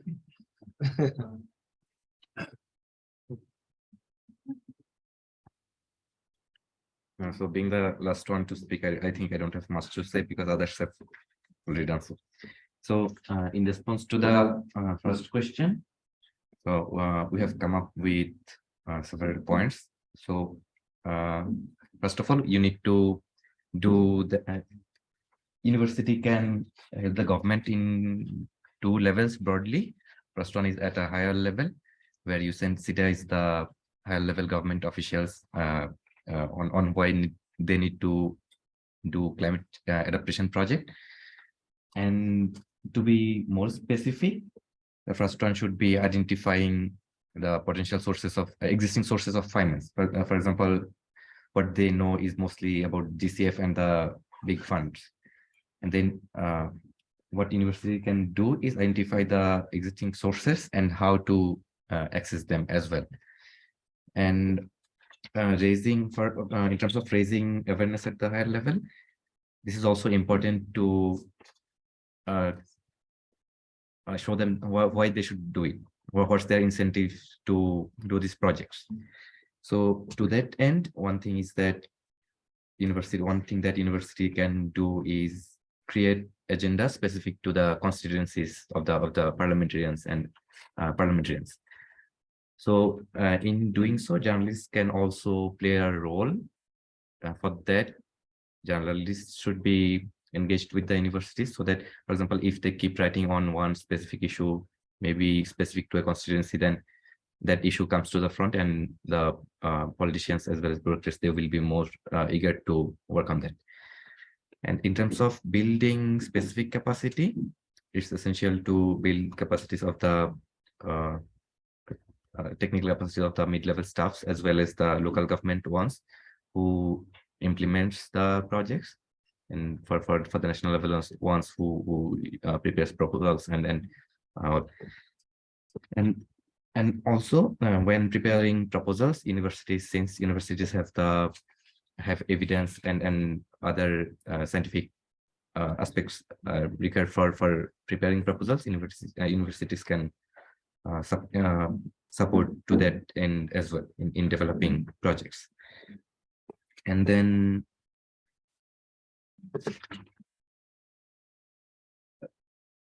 this can be done via two channels, one by the politicians and one for the bureaucrats. And then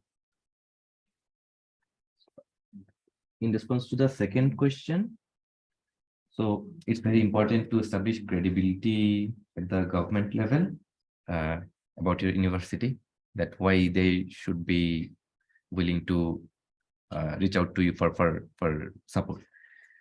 So as Professor Mizan was saying time and again yesterday, and our groups have other members have also come up with that, is that universities have a lot of research work done, which needs to be translated in a easily digestible manner in the form of policy briefs as well as op-eds. And one of our group members mentioned that sometimes when you want to publish op-eds, journalists might have a political bias or just bias in terms of their in terms of what they believe in. So in that case, engaging them with such projects and other discussions is important, so that they also get aware of it, and maybe which would help them change their mindset in case they have bias. And then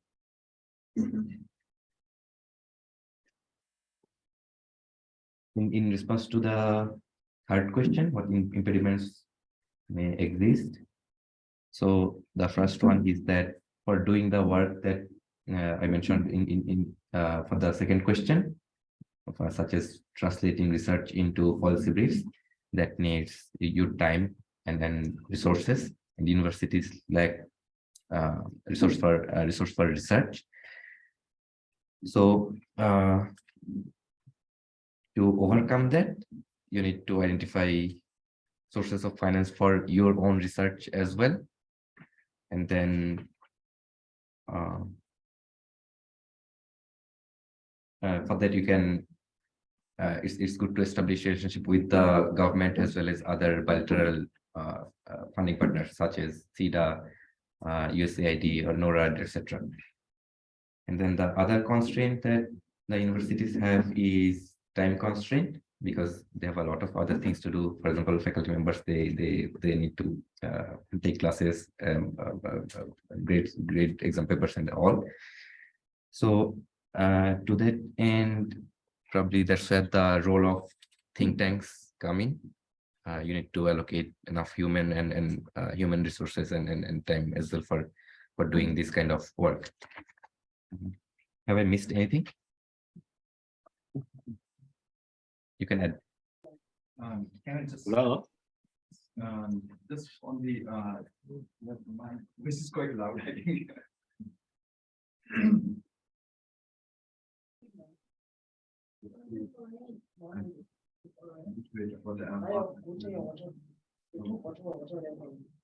If I just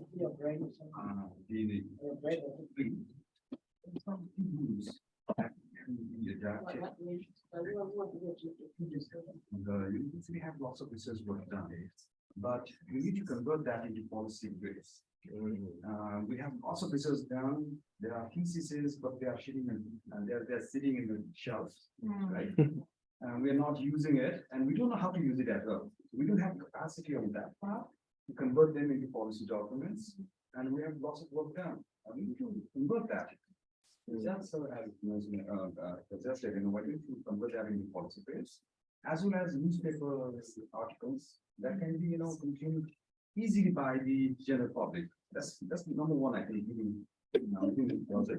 Second to do is engaging with the government, right? We have been emphasizing that from the very morning. I'm a bit late, sorry for that, but I know that that was one of the emphasis that we are trying to put on. But how to do that? First thing, there might be two doorways to get into to engage with the government. The first door might be, in Nepal, we just finished our election. The results are out, so the government will form soon. We need to intervene now, I think. We can go to the parliament. In the parliament, we don't have to do it for a whole parliament, but within the parliament there are committees. And one of the committees is for natural resources, which also look after the climate change. Perhaps we can undertake some sensitization of that committee, making them aware, giving them an agenda, telling them that, this is the agenda that you should carry on, and we'll back up. We'll give you the backup from science perspective, so that, the political will can be formed at the parliament level, and that will come down to ministry. Ministry for Nepal, for the climate change, Ministry of Forest and Environment, that pressure will come down to ministry. But we also have to have a bottom-up approach, like, we have to incentivize the officials that are engaged as in the focal point. And how to do that? We need to give them, we cannot give them a side work, additional work. We need to mainstream this climate change into their portfolio, so that, once they complete that task, it can give benefit to them, like, promotion and all, people need to incentivize to take on that issue. So, perhaps it's a two-way approach that we need to carry on. And that provisions, I think we can ensure within this project. I'm not aware of that, but perhaps if we can think of including those activities within this project, it can really help the universities to start engaging with the government. Yeah, third point is, engaging with the bilateral, building network with the bilateral or multilateral funding agencies from where the finance can be accessed. We need to build our capacity as well, credibility as well. And credibility, capacity, capacity might be built with the trainings, but we need to also bring in the credibility. If we approach them, they should trust us, right? So that credibility needs to be built. And, by preparing those policy prayers and newspaper articles, and, we also need to, saying informally, that we also need to incentivize, get the journalists of the country, influential journalists, on board this forum somehow, so that they can help us to build our credibility. Whenever we approach the government or bilateral institutions, there is a credibility from the university that needs to be built. I'm being pretty honest about that. And the fourth point is that we need to do right now is we need to allocate time, resources within the university, like, time. We need to allocate maybe money. We need to also allocate people who can actually work full time, right? We are thinking of building this think tank. Yeah, that is going to help within the university system to carry on this this agenda, right? And this agenda needs to be mainstream within university as well. It cannot stay afloat somewhere there. It needs to be embedded in their main process. Otherwise, the trainings will be there, will be there, but that will be aside. Whenever we feel like doing it, we'll do it. Otherwise, we won't do it, right? We need to mainstream that into our main process as well. Thank you. Hello. Yeah. It's James. So I want to make my own input. Okay, go ahead. Okay, relative to the first question, the first thing I think from our end, what we need to do first is to understand the government agenda. So government agenda, that means the government action plan, climate action plan. Because we are looking at climate adaptation finance. So if the government is into more of kind of a mitigation, then it becomes a little problem. So first thing, we need to understand the action plan. So when the action plan is actually understood and is already clear to the university, the next step is to establish a kind of a climate finance knowledge hub. And so the university established that, and the role of that hub is to be able to search for information, provide information between the university and that of the government, and which finance is really right now for the government to be able to go for. And then what kind of maybe collaboration that can be established within there. So that could be the role of the hub. And then for the second question, what attribute does the university have that can be built upon to enable this to happen? And that's what we're doing right now. We talk about training aspect, and some of my colleagues been talking about the think tank. And so that could be one of the best way to do as well. We provide more training to government institutions, land ministries, be able to educate them on climate finance, how they can access climate finance.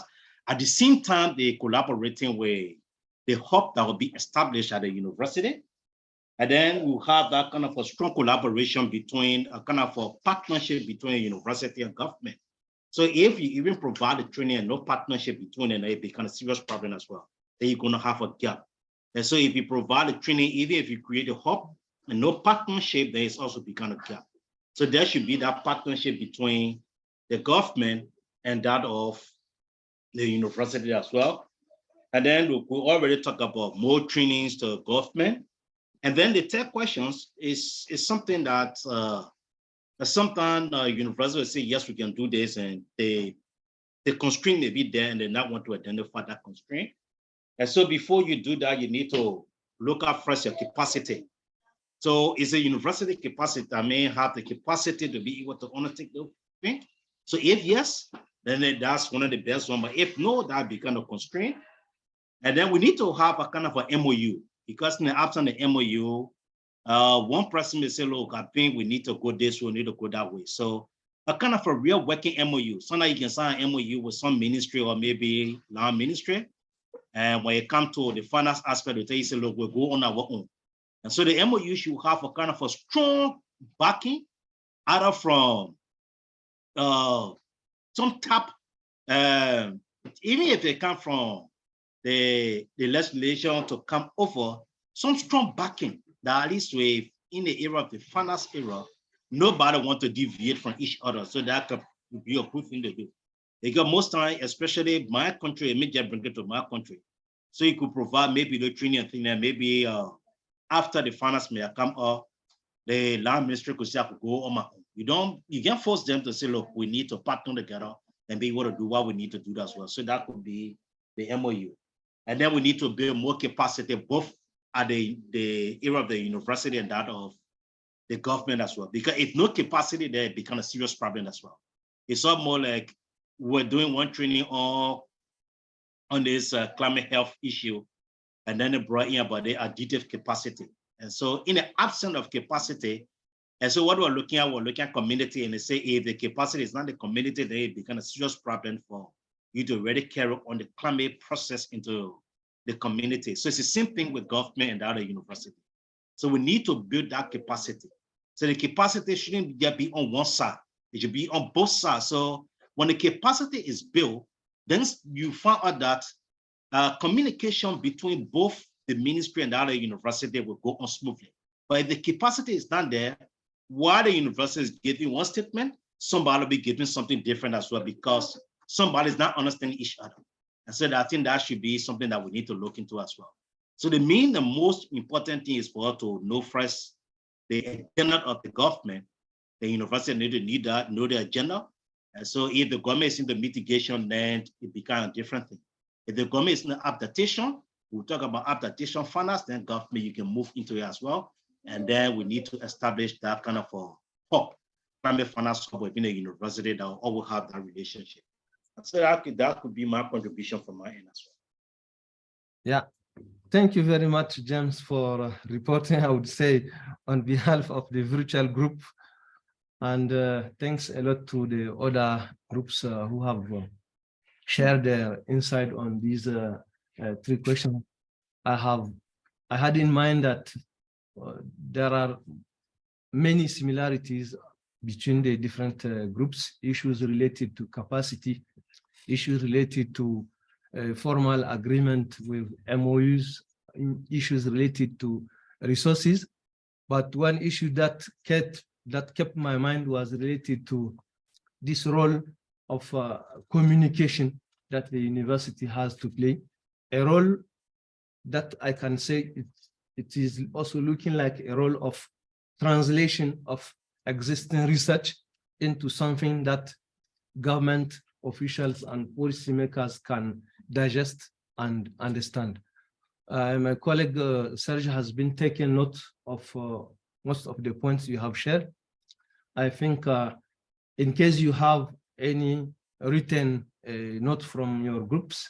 It could be handwritten or electronic. You can also share with search so that we can integrate it in the report. With that, I think, shall we move to the last agenda item, which is actually related to the think tanks.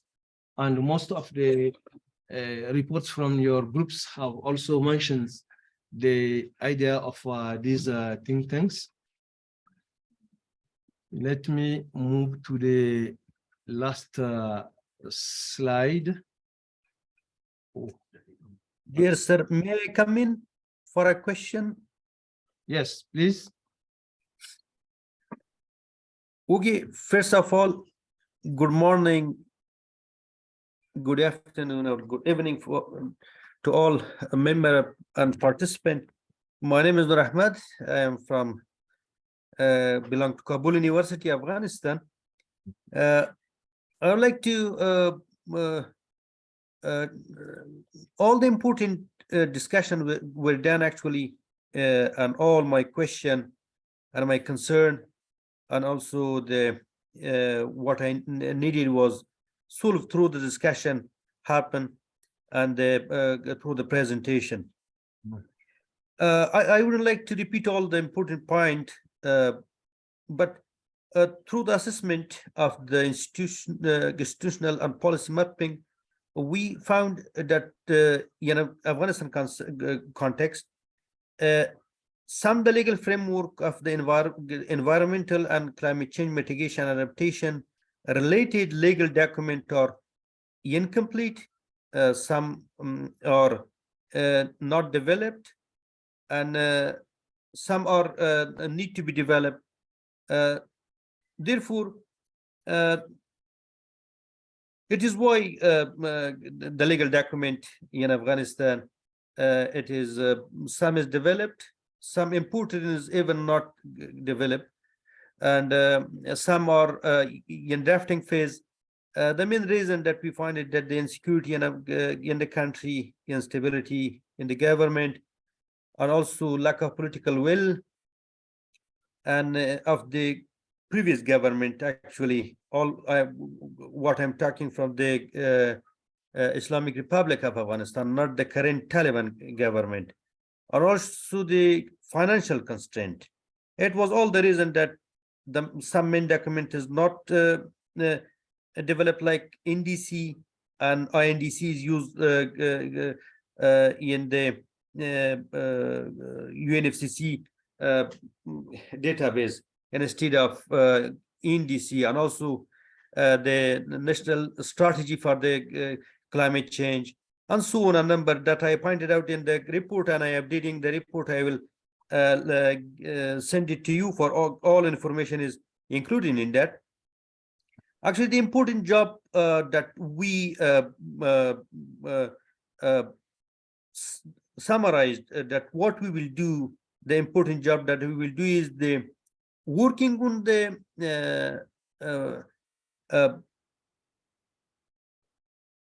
we will do within the framework of the this project, and based the government university collaboration. The most important is the first step that we will do is the webinar, which the topic is already chosen for that, and we will see in your presentation. It is important for us, and we don't have any question in that. This topic is important. If we receive this this webinar and this information, we will be able the team in Kabul University, I call it the study team of Kabul University, we will be more in focus and will be more in the picture about the what we do and what we can deliver to the government side. This we will take in the beginning, and we will have the knowledge of this learning of the topic is already chosen there. Then we will practice it among us, and also with student, and then we will deliver to the NEPA Nepal is National Environmental Protection Agency of Afghanistan, and we will work with them that most of the environment and climate change affairs belong to them. And there is other agencies like Ministry of Energy and Water, Ministry of Agriculture, Ministry of Rural Development, and so on. But the first priority and the most work is with Nepal. Also, we will work with the incomplete document, legal document, and also, if possible, we will work on developing the develop the draft of the important legal document. And we will do research and also the research-based legal document development. This will be our future job, and we will do step by step and slowly with the current government.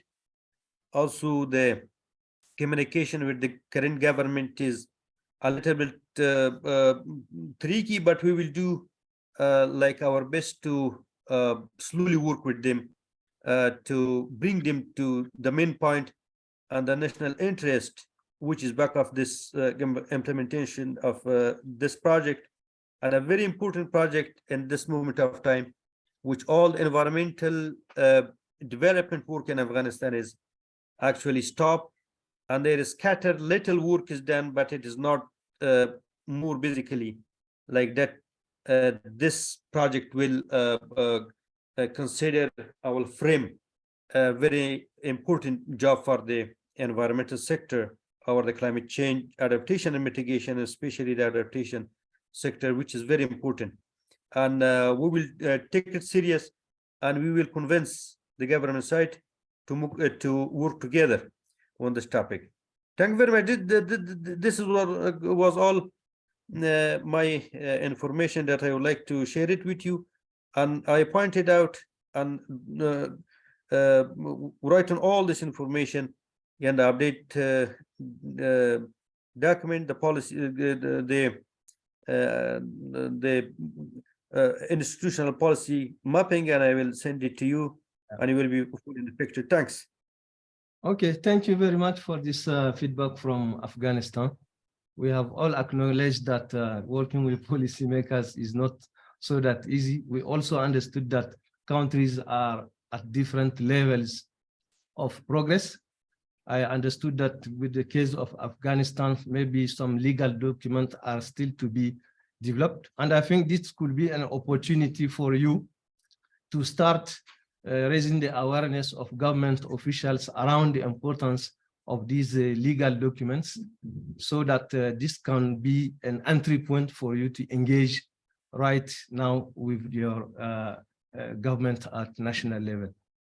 So thanks again for this report, and we'll be happy to receive any written feedback related to the other activities, either policy and institutional mapping or guidance manual. Thank you. Okay, thank you very much. Thanks. Okay, thanks a lot. Shall we move to the, how much time do we have? Not much, 15 minutes. So maybe 5 minutes to go through this slide and allow 10 minutes for discussion. Just to share with you about this idea of think tank, which is actually one of the core milestones for this project. A think tank, we just want to share you what is it. It is a core group of experts, with a wide range of expertise that have to be relevant with climate adaptation finance or climate finance in general. We expect to see these think tanks established within some of the universities that are involved in this project. And by the end of the lifetime of this project, we expect to establish up to 5 think tanks in 5 of the universities involved in this project. And the main role of these think tanks will be to provide technical support to national government on in terms of accessing adaptation finance through the delivery of short courses, like we have said. And the technical support will be provided through dedicated short courses, like I've said, and also will be provided on a fee-based model. And the topics of the short courses will be determined through the above-mentioned consultation we have mentioned. We have shared with you a process of engaging with government agencies up to the identification of the relevant topics for short courses. So this is basically what we want to share with you with regard to the think tanks, and we will be happy to get any feedback, any comments, any question from your side, whether you have understood the philosophy around these think tanks or whether you are a bit confused. We are here to discuss and clarify. Thank you. Yeah, I got a question. Okay. Yeah, so my question would be, I think the think tank will be, I mean, 5 universities already participating in this program. Will the selection be the regional base, or maybe within a region, if you got about 4 or 5 universities from the same region that got maybe the relevant capacity, especially when it comes to the climate adaptation funders, whether all 3 will come from one region? That's one. And then the second question would be, what would be the role of the think tank to the other university that would not be part of the think tank?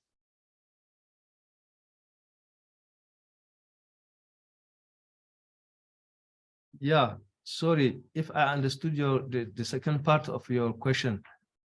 Can you repeat, please? Yeah, so the second part of my question would be the role of the think tank university, the facilitator university. What would be their role to the non-selected university, because we got several universities in this identical project, and we're only going to select 5 universities from them. So what would be the role of that 5 universities to the other universities? Yeah. So if I understood well, definitely as part of the project, the idea is to establish 5 think tanks. So what will be the role of the other universities? The role of the think tank to the other university that would not be part of the think tank. Yeah. Well, I will say both think tanks will be providing this technical support to stakeholders at national level. And maybe your idea also of having several universities to be together in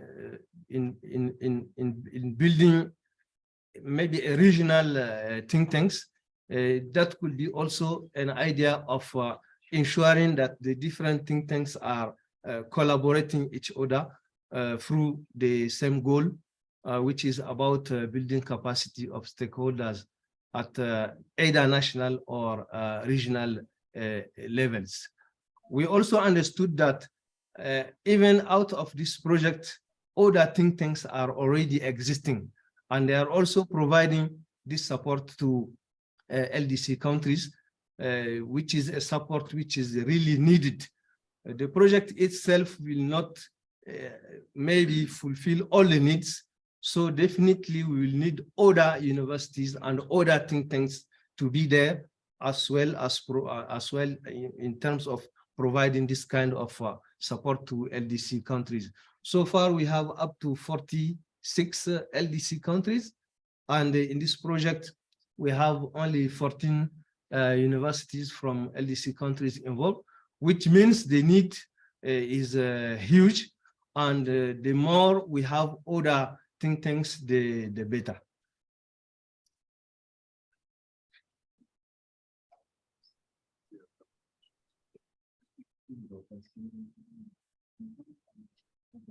Shall we use the microphone? Oh, yeah. Sorry, sir.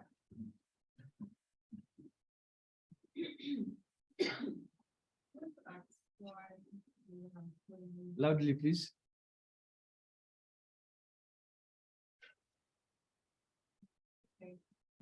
I want to ask why at the end of the exercise or the project, why we And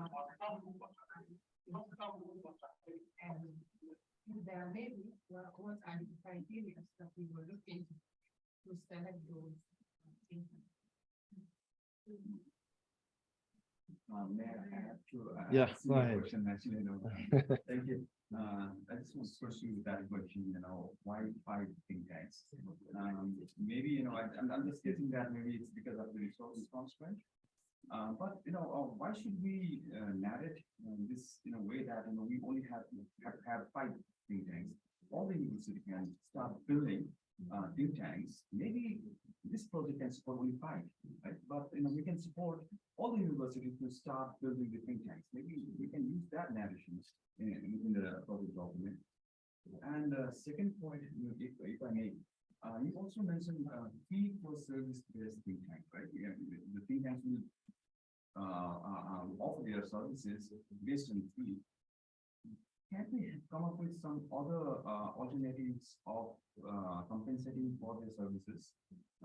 When we say, fee-based services, in Nepal, we are going to have a problem because, the government can procure services from other universities, and that value-added tax need to be incorporated into that for every procurement.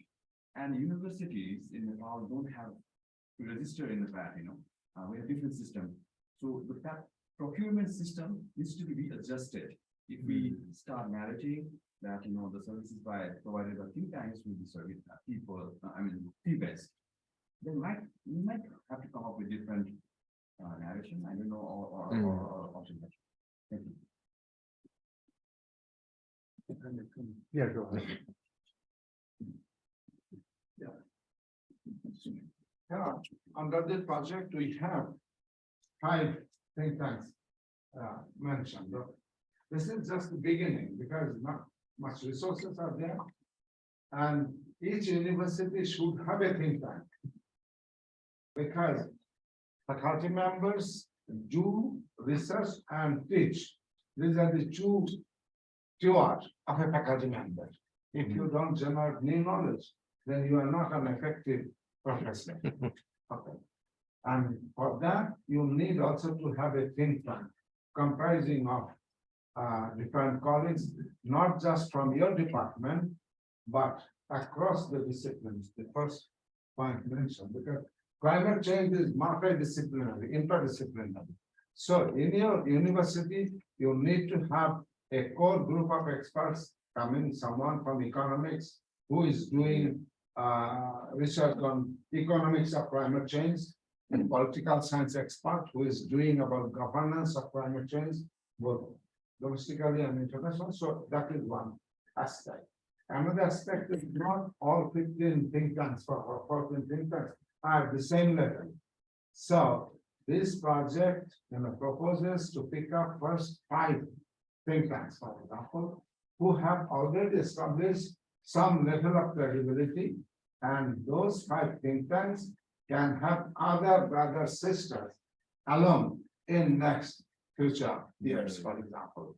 And I have elaborately shared my comments how we can pick up these 5 think tanks. For example, your research center must be a part of the whole university system, not just that you voluntarily established and the higher university authority doesn't know. Your university center must have a place in the organogram of the whole university system.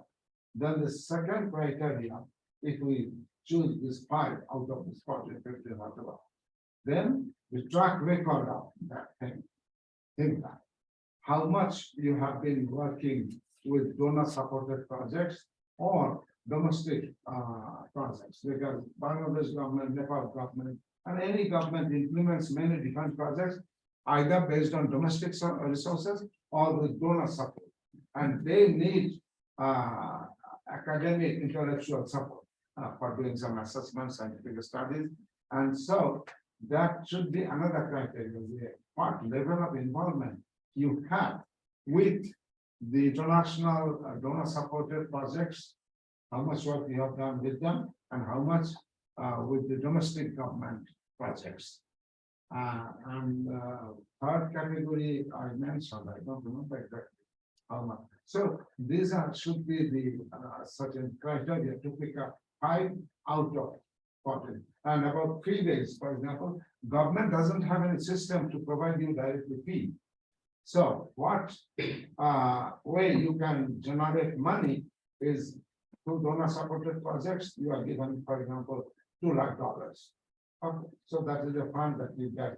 A time of your service is written off against that money, or you are involved in a government supported project. So government has a budget line dedicated to your university. Okay, so you also get some money out of that. You write up some 5%, 10%, 20% of your time, and you get compensated for that 20% of the time. So this way, otherwise in our system, we don't have individual consultancy system. Yes, the government is inviting me and to do some work based on Mizan. You do 2 lakhs, right? This for us. There is that system. But fee-based is still in our society, not very in currency. Yeah. If you don't mind, thank you, Mizan. That was very helpful. That we do have limited resources in terms of number of think tanks we can support on this first round. I do think it's very important that we not assume one size fits all, and we can just do fee for services, and that's going to take care of the situation, because it's not, because every country is different. And so we really, as we move forward on developing criteria and on thinking through the structure of these think tanks, we really need to come back to you and get your input on this and help us think through what this is going to look like. Because at the end of the day, for this to be sustainable, it needs to be really owned by the network, and it really needs to work in the countries in which it's operating. And so we will be coming back to you. This is just a first sort of broadcast of, we're moving towards the think tanks. We began to develop some draft criteria, and we will be coming to you for examination of the criteria, and then for you to really question us and say as the executing agent of the project, this fee-based services may not be the way to go. Here are some alternatives to think about. Here's a structure. We really need to hear from you. Otherwise, this project is not going to work. So I just wanted to put that out there. Yeah. Any question, comments? And also the last point about short courses. I think we need to when we are doing this mapping policy mapping work that we have been doing, I think we need to also include one question: what short courses are required by the country? Otherwise, if we offer short courses by ourselves, maybe the government doesn't require that kind of short courses. So that need assessment also needs to be incorporated into that policy mapping. Yeah. Yeah. As you mentioned that there will be established 5 think tanks for universities. For the future plan, for the long term, you are going to be more than this. Meanwhile, we're facing the issue of climate change. You never take stock. So if there is any way for the other countries, the other universities to make use of these think tanks, for example, established in Uganda. Can Sudan, for example, make use of it if there is any gate or channel to contribute or to make use of this until this country have the chance to have that in the national level? Or it could be like portable mobile think tanks. Annually or half annually. This year in Sudan, another year it will be like this. It will be money. Yeah. Would you like to? Is it an answer or a question? Okay. You mentioned about 5 think tanks. 5 think tanks from each university.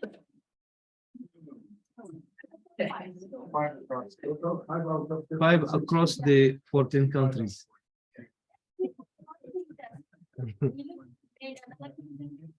We have 1 think tank.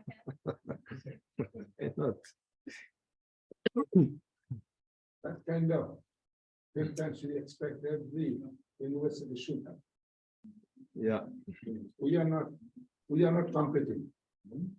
And we don't expect to be within this 5. Plain and simple. So I don't get something. We don't want that. Like the independent university will not. We don't need to be within this 5 think tank because ICCCAD is already a globally established institution. So we will not compete with these 5 think tanks. Because we don't need to be. We have already global reach. So we will expect other partners to be. Okay. Thanks, Professor, for the generous section. Hello?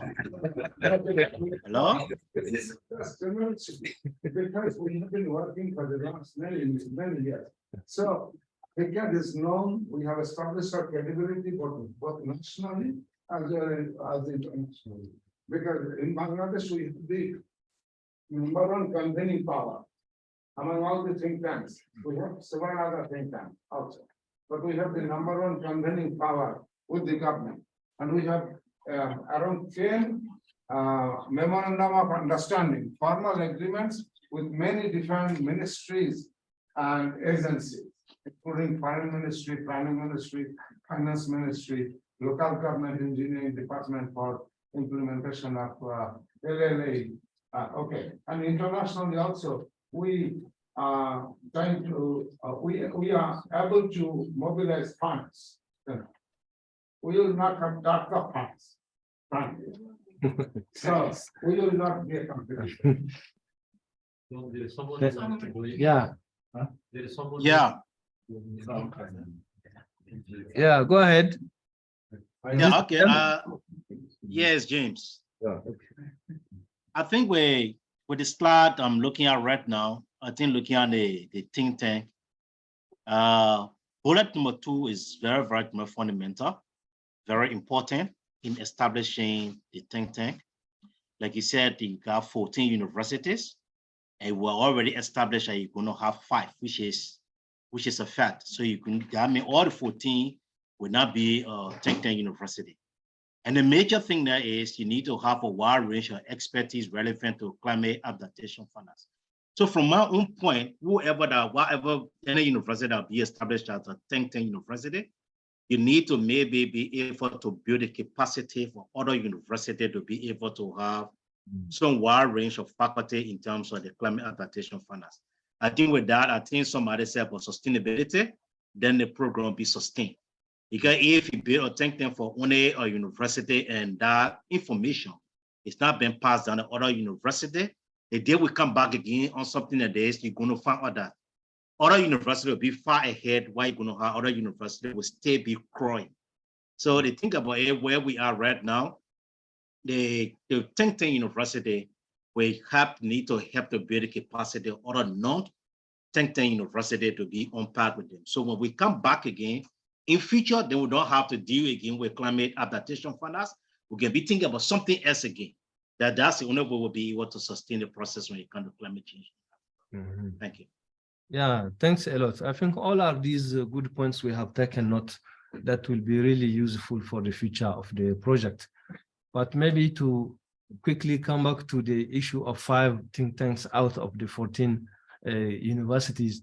I think Professor Mizan made a point which is related to say that your universities are already doing research and your universities are already teaching. These are the core business of your universities. And bearing in mind that these universities are LDC based universities, so definitely the topics that you are already working on are definitely relevant for building adaptation to climate change at sectoral level for the country. So to me, your universities have already the great potential of being think tanks. So even if it is not part of this project, your universities have this potential and you can go ahead and set up yourself as a think tank that can be relevant for your national stakeholders. Thank you. No, I think that the colleague from Sudan also was talking about how to scale. Yeah. In order to be developed, and I think also they also talking about that each university, they decide that we have as much as possible. So we make sure as part of the sustainability strategy of the project to document and share the process and the best practice and lesson learned. So even universities from other countries who are not part of the project, but that may join the network later upload something and they can use it to establish their own income. So I think there are no issue about that because everything we are doing that we should make sure is legal together. What about the issue of what comes to your mind when you say this 5 and other countries kind of competition elsewhere? And but it's no, I think the language as someone said is a kind of the project to be able to really support 5 to go to some level that anyone has to go to do it. Because at one go, we cannot have 15, for example. So you have to choose, and we have to have some criteria. For example, the faculty profile is one criteria. How many research you have done? Okay, in peer-reviewed international journals, how many projects you have done? So this should be another criteria for judging whether Sudan University will be selected as a think tank or some other university. Because it is the faculty profile which sells both to the government as well as to international partners. Yeah, and I think it's okay. I think one of the challenges of this project is we have sort of two groups of universities, those that are in and those that are out. And if we're not careful, we're not going to foster, we need to foster collaboration and not competition. And we need to be very creative in how we think about these think tanks so they really serve the needs of the network and not just 5 think tanks that then graduate onto something else. And so we're going to come back to you because we need to do more thinking on this. Because I think that's been a concern of mine from the beginning of the project is we can't fund 14 and there aren't 14 that are probably ready to begin, but how do we regionalize it, or what do we do that actually builds the network and isn't just 5 individual universities doing their thing? So we'll have to continue to have this discussion with all of you. Or John, another approach could be if not just but we know, for example, some centers already which are a little more ahead of some others. So we can assign role to those a little advanced ones to work with others, work with others to bring them up to a level. That would be another approach. Okay. I think that's a great approach, Prof. I remember this was when we were designing the project, like because many of us also see this also from the opportunity perspective, with only the few are getting opportunities. But also, I think what we made sure, when we were working with Jeff at that stage in writing the proposal was, there are some opportunities that all will get, like this one, yes, where all the universities will be engaged. Then it has to get to certain level, more engaged level at some point. And also there was in terms of the scope of the project, the resource constant, it has to be limited to certain constant. So that's how I think we reached 5. But this is not the end of the activity. I just want to make sure that through the LDC group, the chair side, the ICCCAD serving as a technical lead, there will be upcoming other opportunities to make sure that all are on board to take this initiative ahead. I think it will be also useful, maybe the way we are working now on the criteria for selecting the think tank, the admin-based criteria, the technical expertise-based criteria. The good thing is this is an inclusive process. We all are engaged in defining the criteria. Yes, it's not like someone deciding and selecting the university. And I think it will be also important to set the timeline so that the university will also develop the preparation to respond based on those criteria, so that gets selected.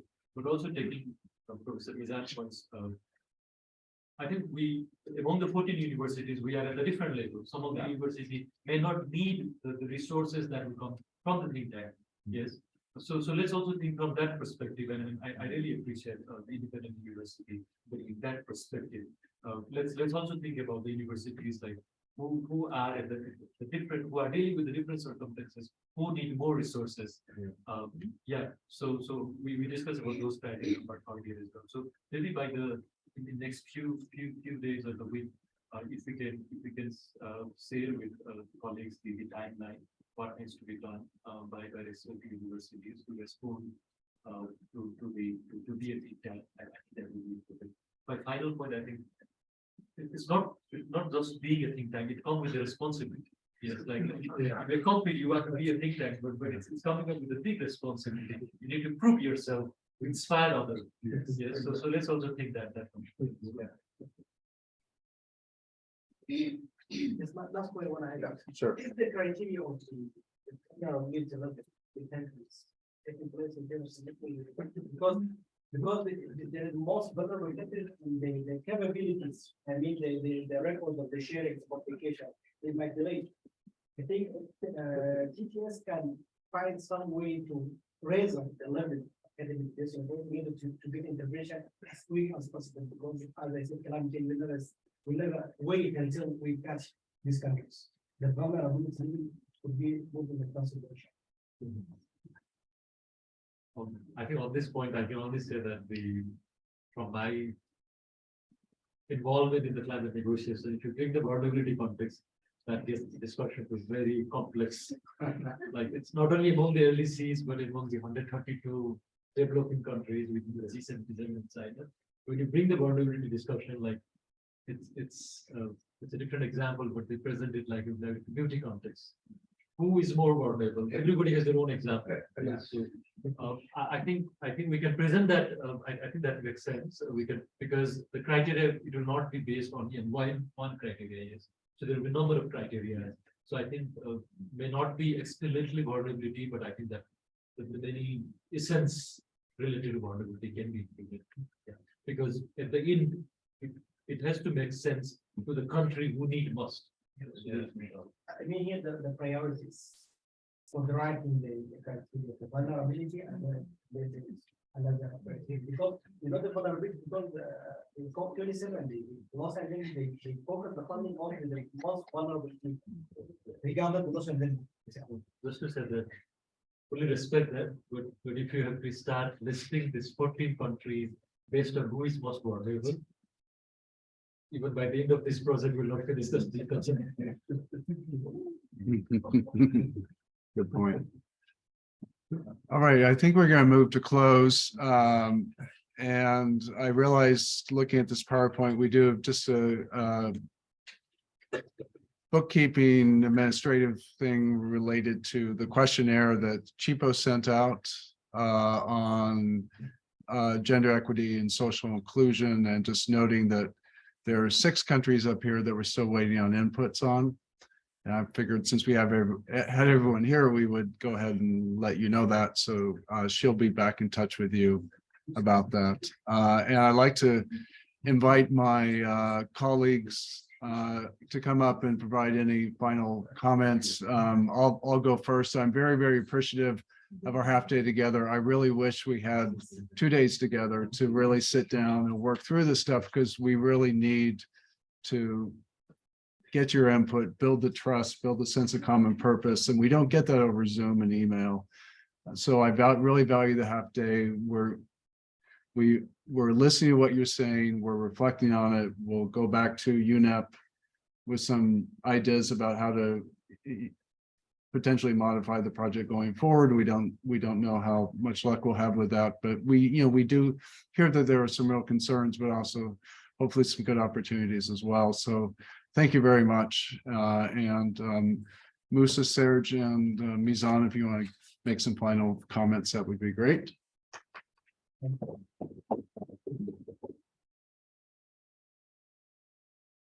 Yeah, thanks a lot for all your insights. My final comments actually will be to emphasize on the fact that the think tanks that will be set up under the framework of this project will be actually operating as a network of think tanks.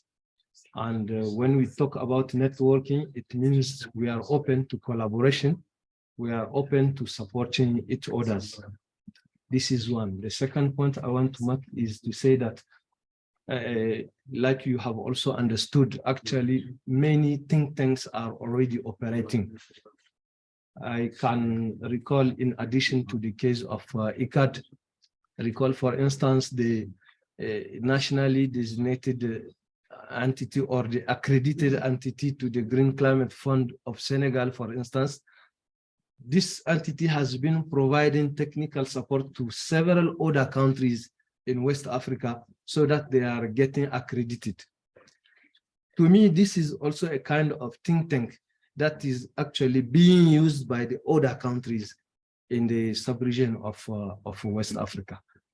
And my final point is to say that I'm happy to hear that for this project, everything is not written on the stone. There is still a flexibility, and we are really happy to hear from you, to collect your insight. And we are also happy to explore the extent to which we are going to take into account these insights in the future development of the project. Thank you. Is on anything you want to say? Yeah. Thank you for the last 2-3 days. In fact, we are discussing about this capacity building and all that. So let us not take for granted that government will invite us as kind of son-in-laws. Okay, we have to establish our credibility. This is the first thing. We have to build our own capacity as faculty members. Then they will invite us. And the way we can be invited, we have discussed. This is one thing. Another thing is LUCCC kind of is a partnership. In a family, for example, if 6-7 brothers, sisters we have, one brother goes there, makes a little better progress, either in terms of professional life or in terms of business. So the successful one has got a responsibility to take care of the younger ones, for example.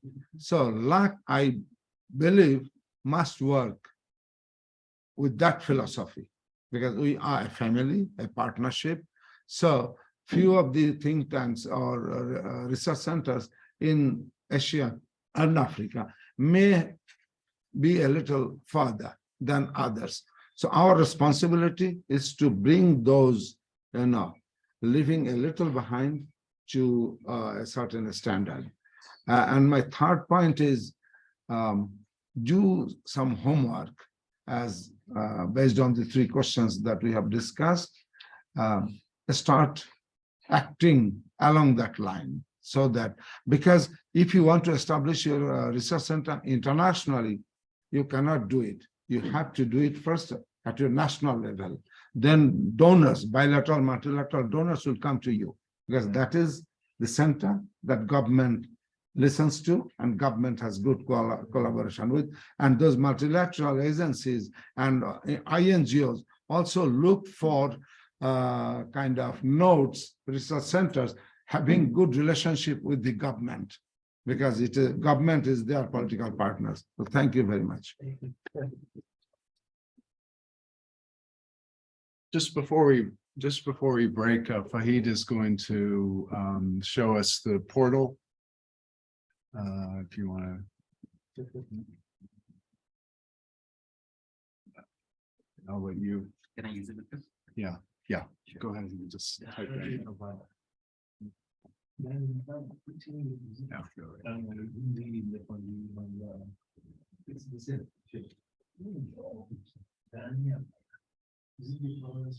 Okay. So as you may be aware, all the knowledge products and webinars will be stored on the LUCCC website, so that we haven't made a separate website for the project because once we don't want all the work that are being done to get lost after the project. So the website is hosting all the knowledge products. So far we have uploaded one webinar, the one which happened in November. If you go to the LUCCC website, then click on the capacity building tab. And if you click on webinars, sorry, it's done. You find the first webinar here.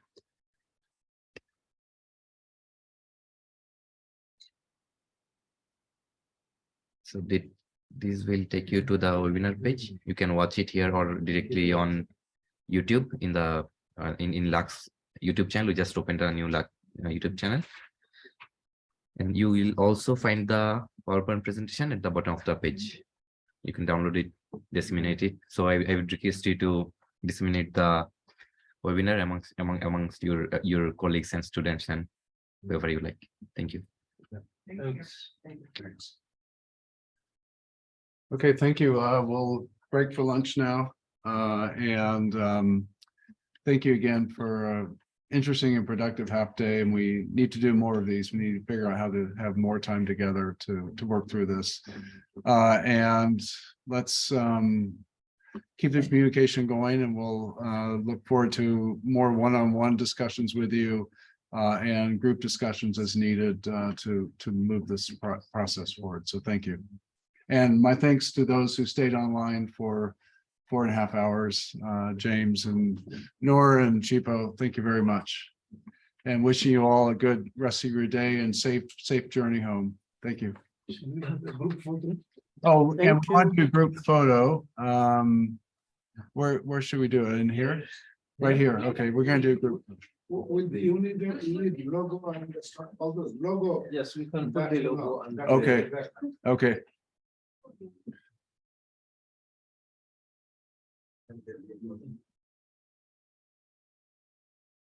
We find the logo here.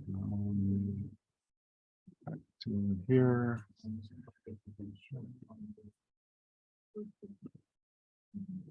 Maybe take it from the PowerPoint.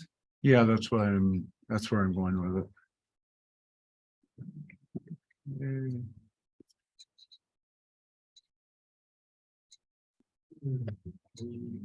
We can't get logo in here.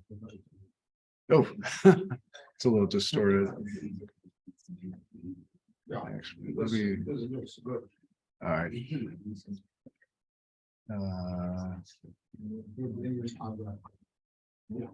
Is that okay? Not too distorted? Yeah. Okay.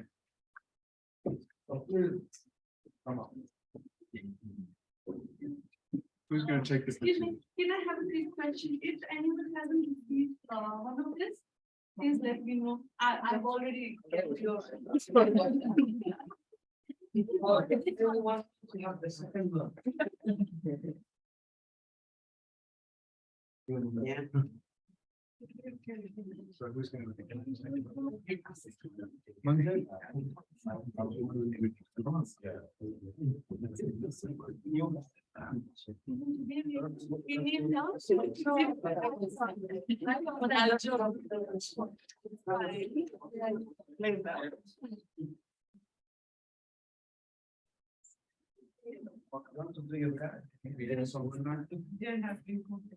Ready, 1, 2, 3.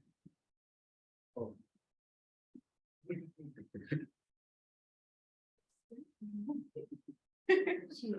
Cheers.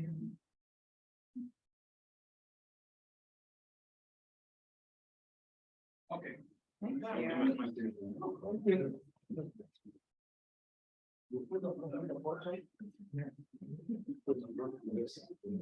So we'll meet up in figure out more. I'd say they're so sorry.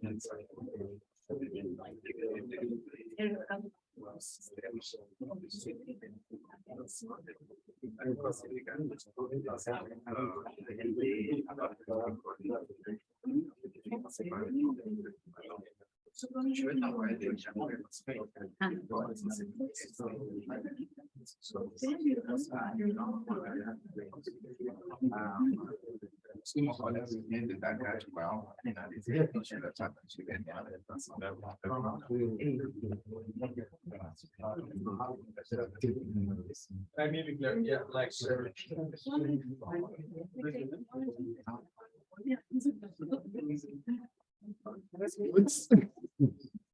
Yeah, thank you.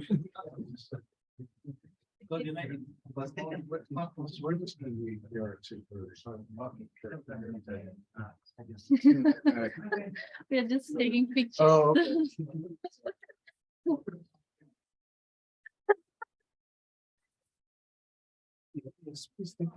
Enjoy. Yes. Are you sure? Yeah, fully.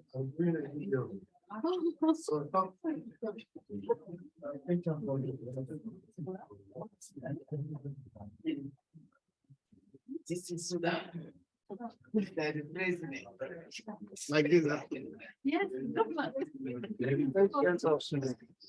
Let me be with my counterpart president. Thank you so much. And Elon, please. So explain us what is Once again, have you taken the picture already or are you having your speech? Thank you very much.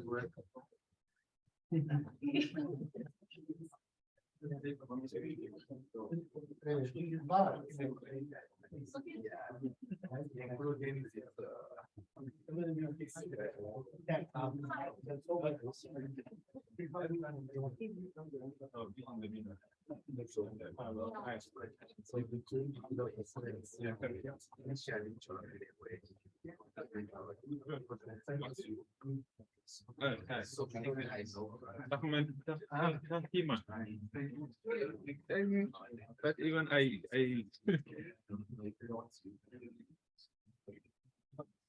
okay, thank you. You have my number. Yeah.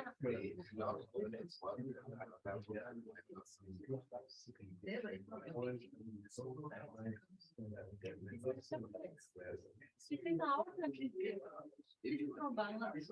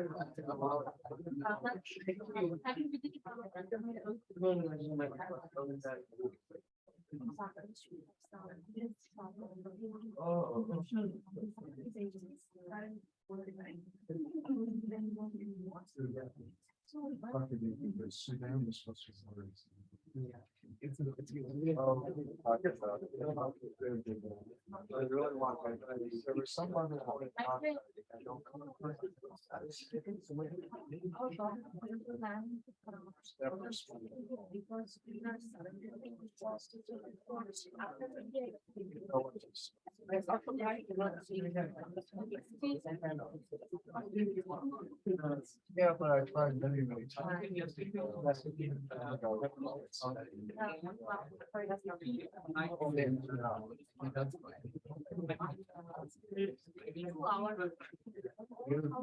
Start with, here's my. One has no about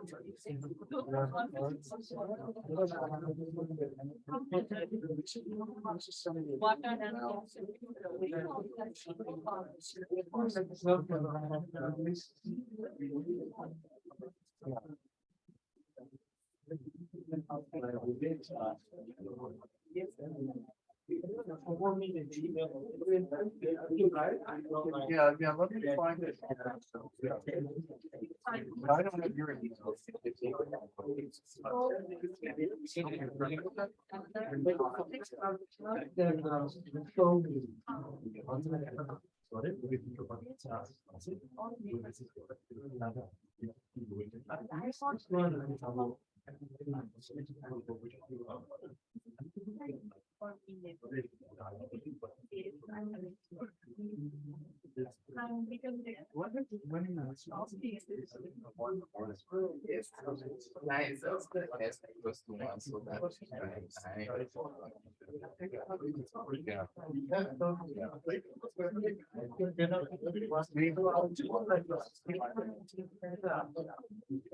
I just have to ask you, do you want to have dinner? No, or do you want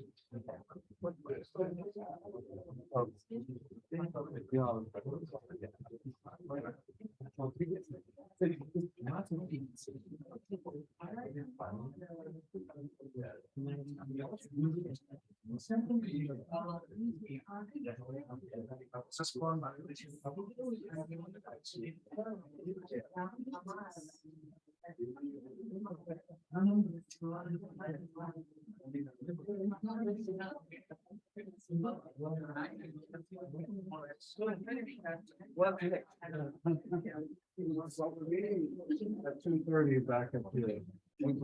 That comes to. And Mizan only stays at the door. Yeah, Mizan only stays for an hour.